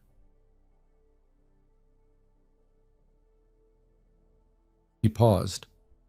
I'm granting guardianship with conditions. First, Miss Pritchard must attend school during the academic year. I don't care if you have to build a cabin in town to make that happen. She needs proper education. Second, you will bring her to town once a month for Sheriff Coleman to verify her well-being. Third, if at any point I receive credible evidence of abuse or neglect, this guardianship will be terminated immediately, and you will face criminal charges. Do you understand these terms? Yes, Your Honor. Miss Pritchard, do you understand? Yes, sir. Then it's settled. Mr. Rowan, you are now the legal guardian of Lila Pritchard. Don't make me regret this decision. The gavel came down, and suddenly it was official. Lila was his, not just in practice, but in law. They walked out of the courthouse into bright sunshine. Lila grabbed his hand, something she rarely did in public, and squeezed tight. We did it, she said. We did. You're stuck with me now. Wouldn't have it any other way. Martha Donnelly approached them as they were mounting red. Congratulations, both of you. Thank you, Caleb said, for speaking up in there. I told the truth. That girl deserves a home, and you're giving her one. She handed Lila a small package. Little something to celebrate. Nothing fancy. Inside was a new dress, deep blue with white buttons. Lila held it up, and her eyes went bright. It's beautiful, she said. You deserve beautiful things, Martha said. Both of you take care. They rode home in the golden afternoon light. Lila was quiet, but it was a peaceful quiet. When they reached the cabin, Bear came bounding out to greet them, and Lila hugged the dog so hard he yelped. Easy, Caleb said, laughing. You'll squeeze him to death. I'm just happy. I can see that. That night they celebrated with a special dinner, venison steaks and the last of the potatoes, cooked with wild onions Lila had found. She wore her new dress, even though it was too nice for every day, and she smiled more than Caleb had ever seen. What happens now? She asked. Now we figure out how to make this work. I'll need to build something in town for the school year, like the judge said. Probably just a small room we can use during the week, then come back up here on weekends. Can Bear come? Don't see why not. She thought about this. Will kids at school be mean to me because of... She gestured vaguely. Everything? Maybe. Probably. Caleb set down his fork. But you're tougher than they are. You've survived things they can't imagine. Don't let them make you feel small. What if I can't keep up? What if I'm too far behind? Then you work harder. Ask questions. Learn. He met her eyes. You're smart, Layla. Smarter than you give yourself credit for. You'll do fine. She didn't look convinced, but she nodded. The summer stretched out warm and green. Caleb taught Lila to fish with her hands in the shallow parts of the stream, to identify edible mushrooms, to predict when a storm was coming by the pressure in the air. They expanded the garden Sarah had started years ago, planting vegetables that would be ready before the first frost. Lila grew stronger, filling out from the half-starved waif she'd been. She could outshoot Caleb now with the rifle, though he'd never admit it out loud. She could ride Red on her own through the mountain trails without getting lost. She could make a fire in the rain and field dress a deer without flinching. She was also reading everything she could get her hands on. Caleb traded furs for books during his monthly trips to town, bringing back whatever he could find. Lila devoured them all, histories and novels and agricultural guides, anything with words. One evening in late July, she looked up from a book about astronomy and said, "Did you know there are billions of stars we can't even see? That the ones we see are just the closest ones? I did not know that. It's amazing. All that space, all those worlds we'll never get to." She gazed out the window at the darkening sky. Makes our problems seem pretty small, doesn't it? Sometimes small problems are the only ones we can actually fix. She smiled at that. Then more seriously, "Are you happy with me being here?" Caleb looked at her. This girl who'd gone from a terrified child being sold in a tavern to a confident young person who could survive in one of the harshest environments on Earth, who read poetry to her dog and asked questions about stars and looked at him like he hung the moon. "Yeah," he said, "I'm happy. Happier than I've been in a long time." "Good, because I'm not going anywhere." "I know." August brought the first hint of fall. Cooler nights, leaves just starting to turn. Caleb started preparing for winter again, stocking wood and preserving food. But this time he wasn't doing it alone. Lila worked beside him, and the work went faster with two sets of hands. They were stronger together, and whatever challenges came next, whether it was another brutal winter or the judgment of narrow-minded townspeople or the simple daily struggle of survival, Caleb knew they'd face it as a family, because that's what they were now. Not by blood or law alone, but by choice. By the thousand small decisions they'd made to keep showing up for each other. By trust built slowly over months of hardship. One morning near the end of August, Lila came running into the cabin with something in her hands. "Look," she said, breathless. It was a bird's nest, fallen from a tree, with 3 tiny blue eggs still intact inside. "We should put it back," Caleb said. "Can't. The tree's too tall and the branch broke off. The eggs will die if we leave them." She looked up at him with those dark, serious eyes. "Can we try to save them?" Caleb knew the odds weren't good, knew that interfering with nature usually ended badly, but he also knew that sometimes you had to try anyway, even when success wasn't guaranteed. "All right," he said. "We'll try." They built a makeshift incubator near the fire and took turns watching the eggs, keeping them warm. Lila read everything she could find about birds and their development. Against all odds, one of the eggs hatched 3 weeks later. A tiny, ugly, perfect thing, with its eyes still closed and its mouth open wide. Lila named it Hope. She fed it mashed worms and kept it warm, and somehow the bird survived. By October, it had feathers and was hopping around the cabin, chirping constantly. Lila taught it to come when she whistled. "What happens when winter comes?" she asked. "It should migrate south, but it doesn't know how." "Then it stays here with us," Caleb said. "We've already saved one thing that shouldn't have survived. Might as well save another." Lila smiled at that, the kind of smile that lit up her whole face. And Caleb thought about how far they'd both come from that November night in Mercer's tavern, how they'd built something neither of them had expected out of desperation and determination and the simple human need to matter to someone.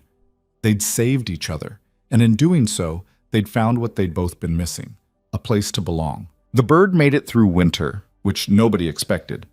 Hope lived in a small cage Caleb built near the warmest part of the cabin, and Lila spent hours teaching it tricks and talking to it like it understood every word. Maybe it did. Animals were smarter than people gave them credit for. School started in September, and it was harder than either of them anticipated. Caleb rented a room above the general store in Stone Hollow, barely big enough for 2 bedrolls and a small stove, and they spent Monday through Friday there so Lila could attend classes.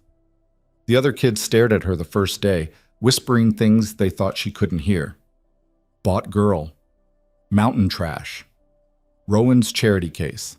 Lila came back to their rented room that first afternoon with red eyes but a set jaw. "How was it?" Caleb asked. "Fine." "Lila." She threw her books on the floor. They hate me. They think I'm dirty and stupid and that you're... She stopped. "It doesn't matter what they think. It matters if it's hurting you. I don't care if it hurts. I'm not leaving." She sat down hard on her bedroll. "The teacher, Miss Warren, she's nice. She said I read better than most kids my age, but the others..." Her voice cracked.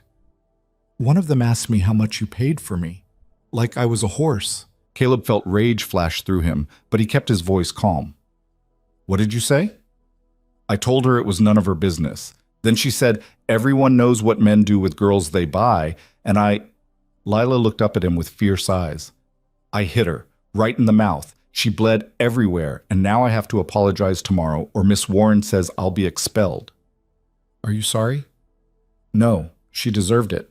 "Then don't apologize for hitting her. Apologize for doing it at school where it causes problems for the teacher."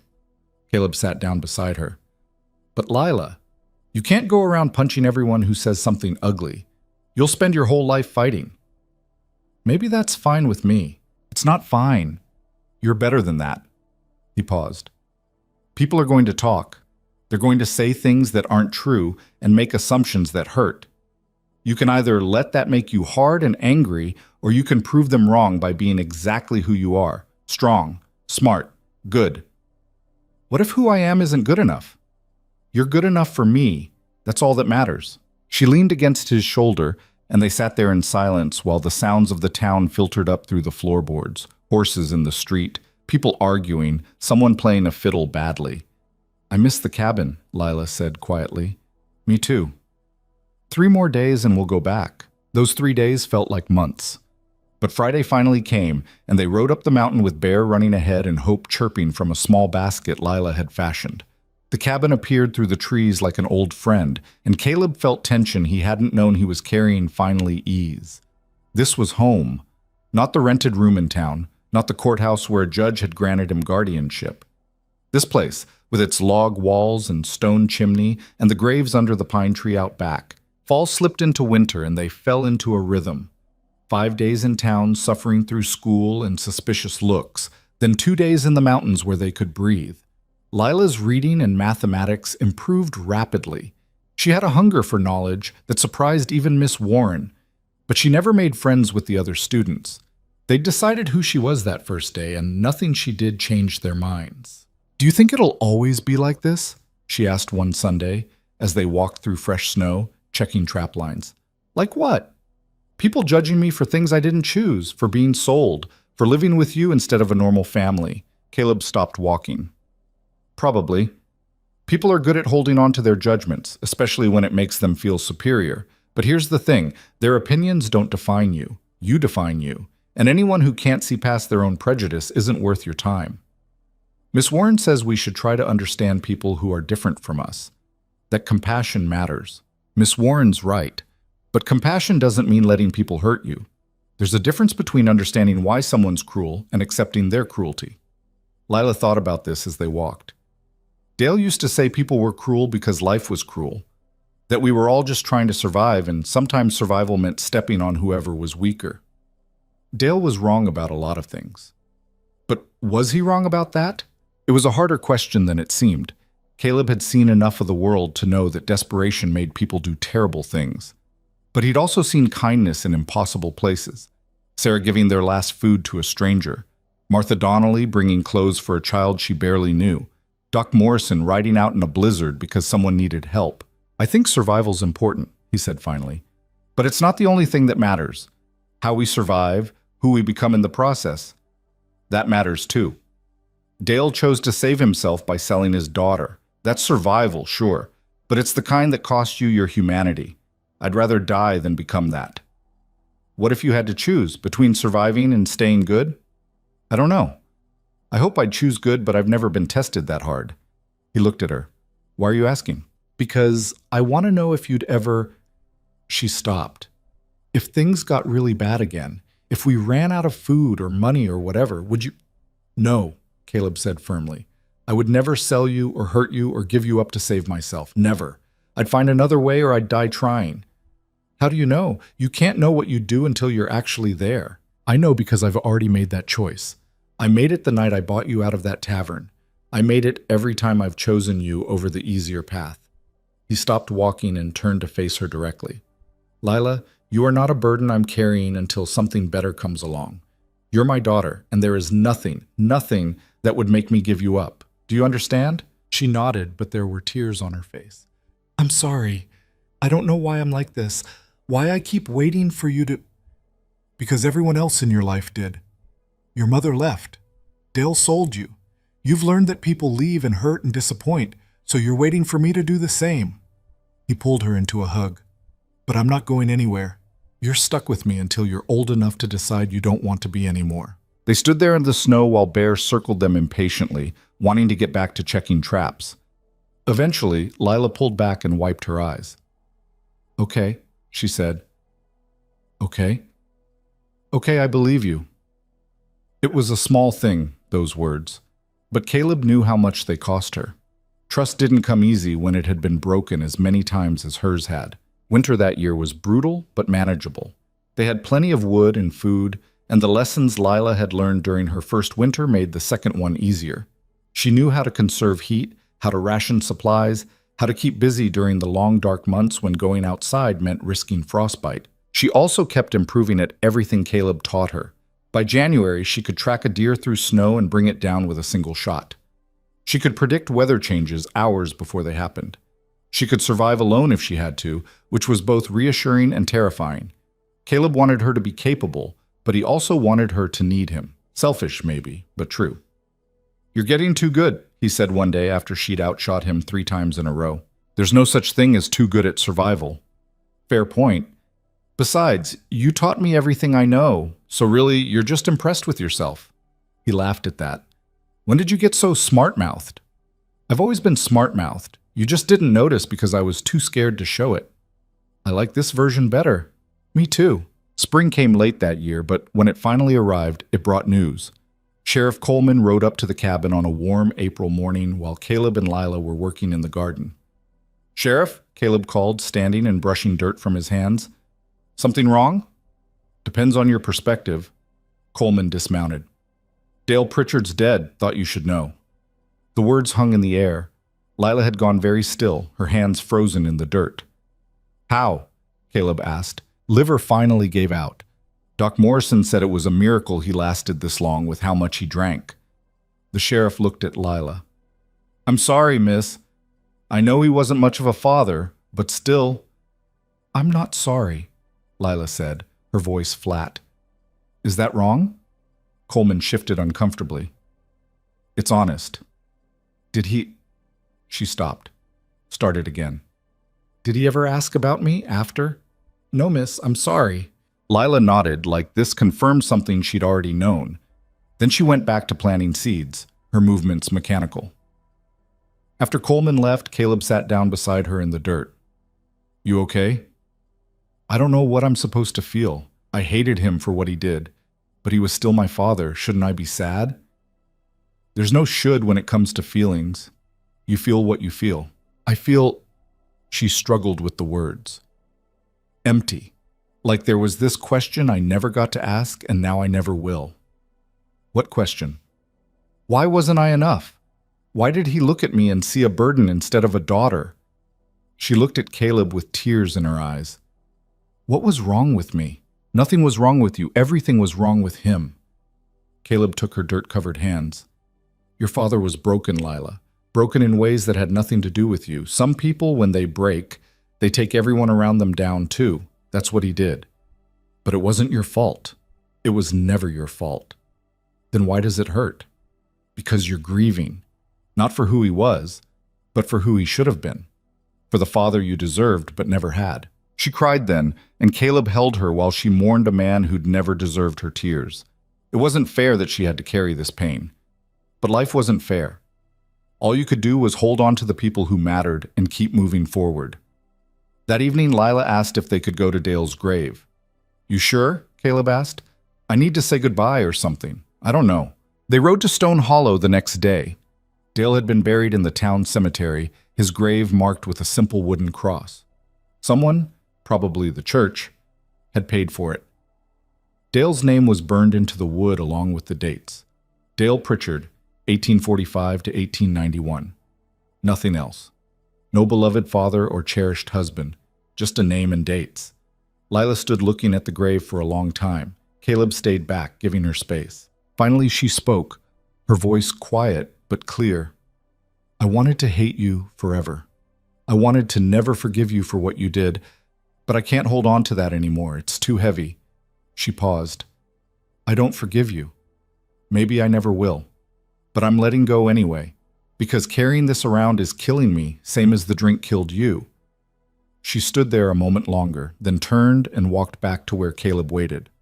"I'm done," she said. "All right, let's go home." They rode back to this cabin in silence, but it was a different kind of silence than before. Lighter, somehow. Like Lila had set down a weight she'd been carrying since the night Caleb bought her out of that tavern. Summer came, and with it, Lila's 12th birthday. She'd never known the exact date. Dale had never celebrated it, so they picked one together. June 15th, the longest day of the year. Caleb made a cake using precious sugar and eggs he'd traded for, and they ate it on the porch while watching the sunset laid over the mountains. Make a wish, Caleb said.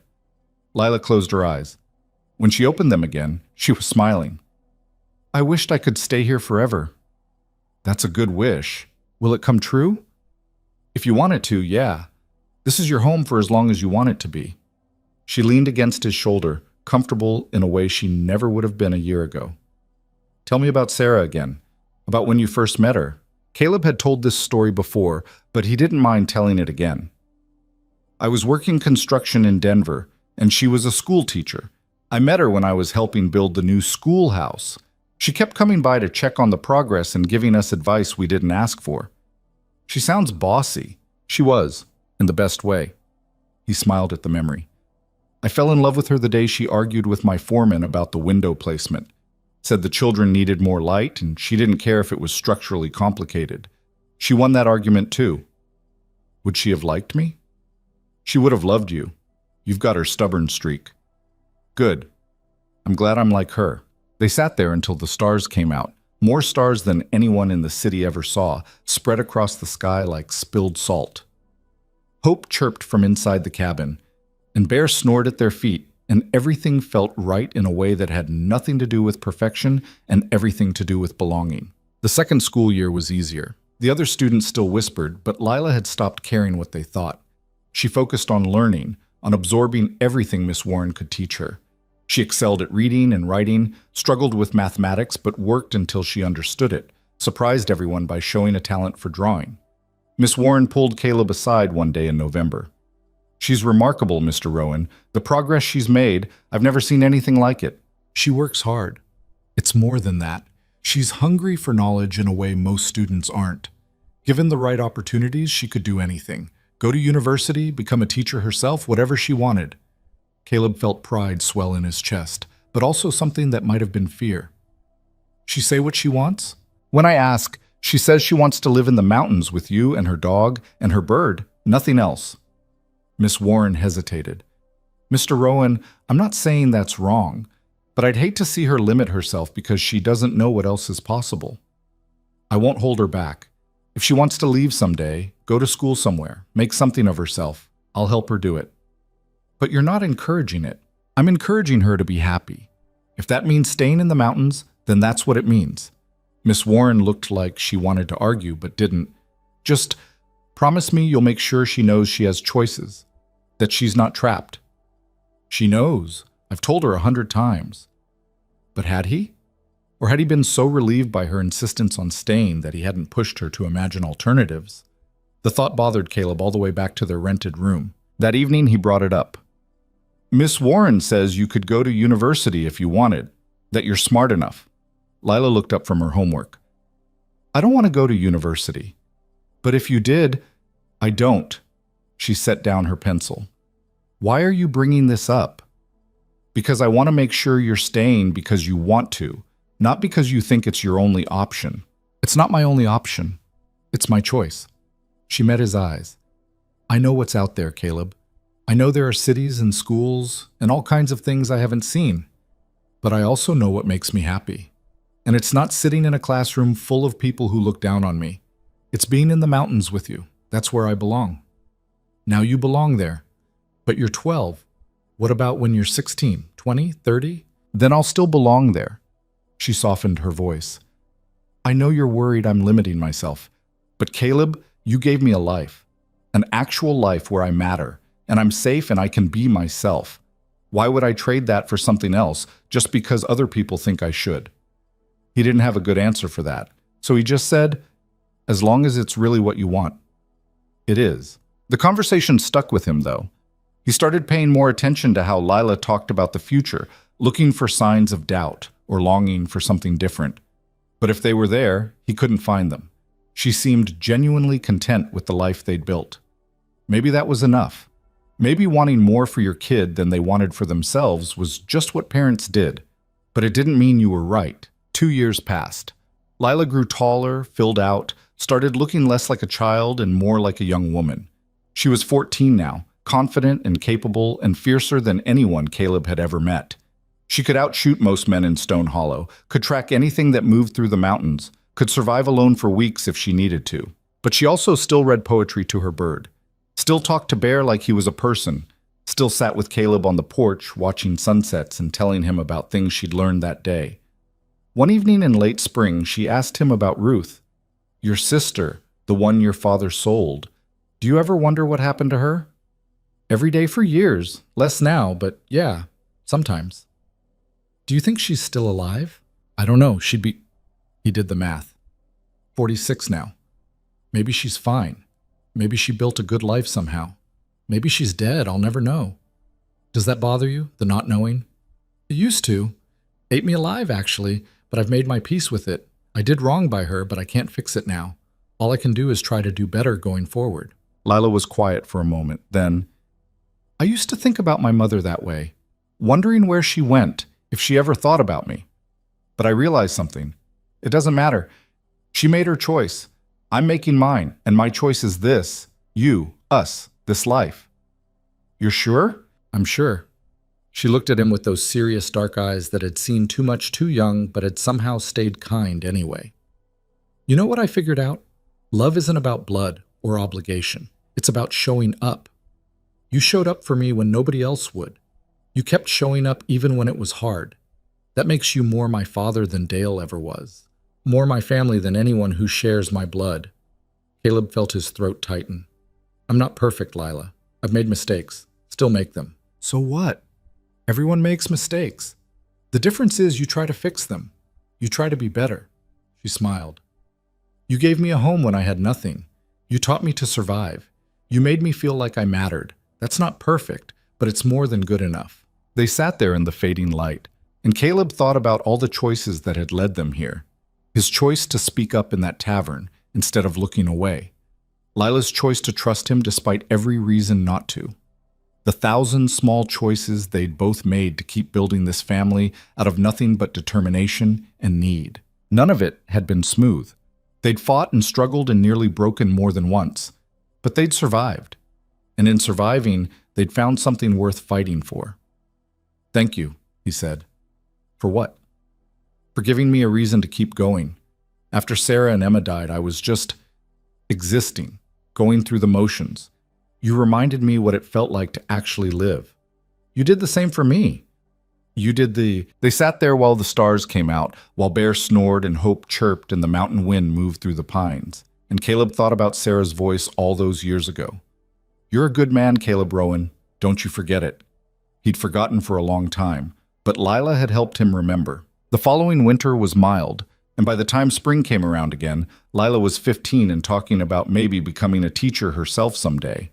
Not in the city, in Stone Hollow or one of the other mountain towns where kids needed education, but didn't have access to good schools. "I could make a difference," she said. "Help kids who are like I was. Give them a chance." "You'd be good at it," Caleb said. "You think?" "I know." She started helping Miss Warren after school, working with the younger students who struggled with reading. She was patient and kind, and somehow knew exactly how to explain things in ways that made sense. The kids adored her, and their parents grudgingly admitted she was helpful. The town's opinion of Lila had shifted over the years. She was still the girl who'd been bought in a tavern, but she was also the girl who'd survived in the mountains, who could outshoot grown men, who helped teach their children. Respect came slowly, but it came.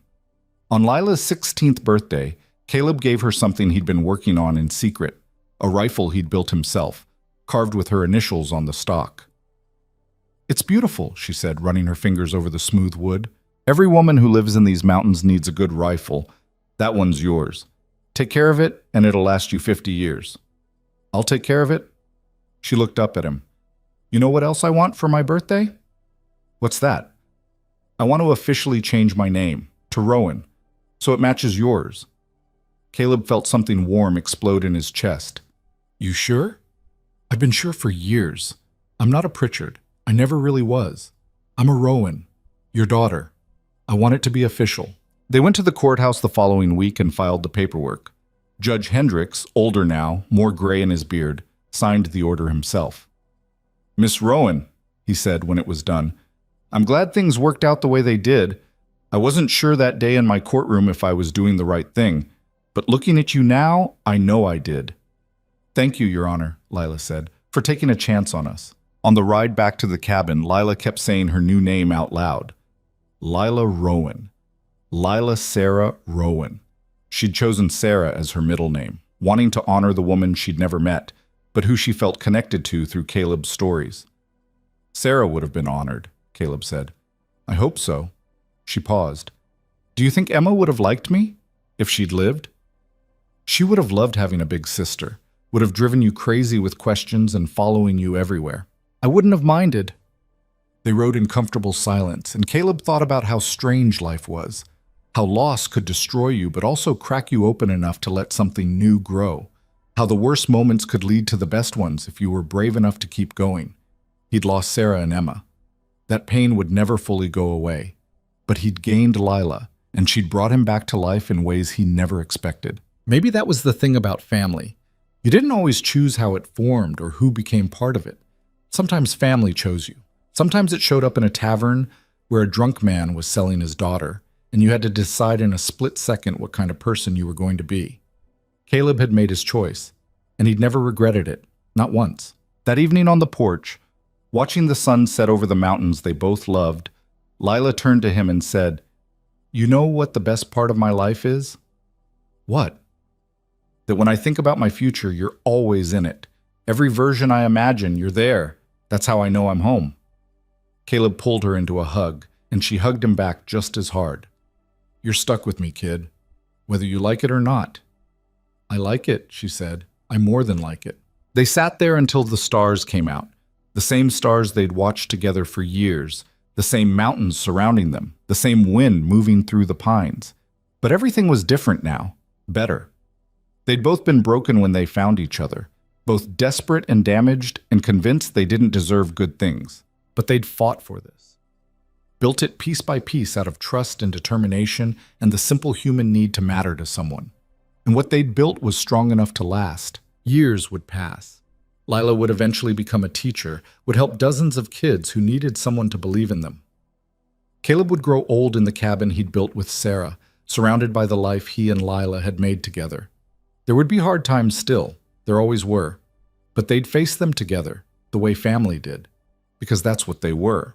Not by blood or obligation or law, but by choice, by showing up day after day and choosing each other over the easier path. In a world that had tried to sell a child for $20, they'd proven that some things couldn't be bought or sold. That worth wasn't measured in money or status or what other people thought. That family was built by people who loved you enough to fight for you, even when, especially when, it was hard. Caleb had been given a second chance at being a father. Lila had been given a chance at having one. And together, they'd built something that mattered. Thank you, Lila said into the darkness. For what? For seeing me when everyone else looked away. For thinking I was worth saving. Caleb squeezed her shoulder. You were always worth saving, Lila. I just happened to be the one who noticed. No, she said. You were the one who cared enough to do something about it, and that, Caleb thought, was the real difference. Not in seeing problems or recognizing injustice. Anyone could do that. The difference was in stepping up anyway, even when it was inconvenient or difficult or risky. In choosing action over apathy, and deciding that one person could make a difference, even if it was just in one small life. He'd saved Lila. But in doing so, she'd saved him right back. The stars wheeled overhead. Bear stretched and yawned. Hope chirped sleepily from inside. And two people who'd been broken and lost and convinced they'd never matter to anyone sat together on a porch in the Rocky Mountains, watching the night deepen and knowing they were home. Not because of where they were, but because of who they were to each other. Family. Chosen, fought for, earned, perfect in its imperfection, and worth every difficult step it took to get there.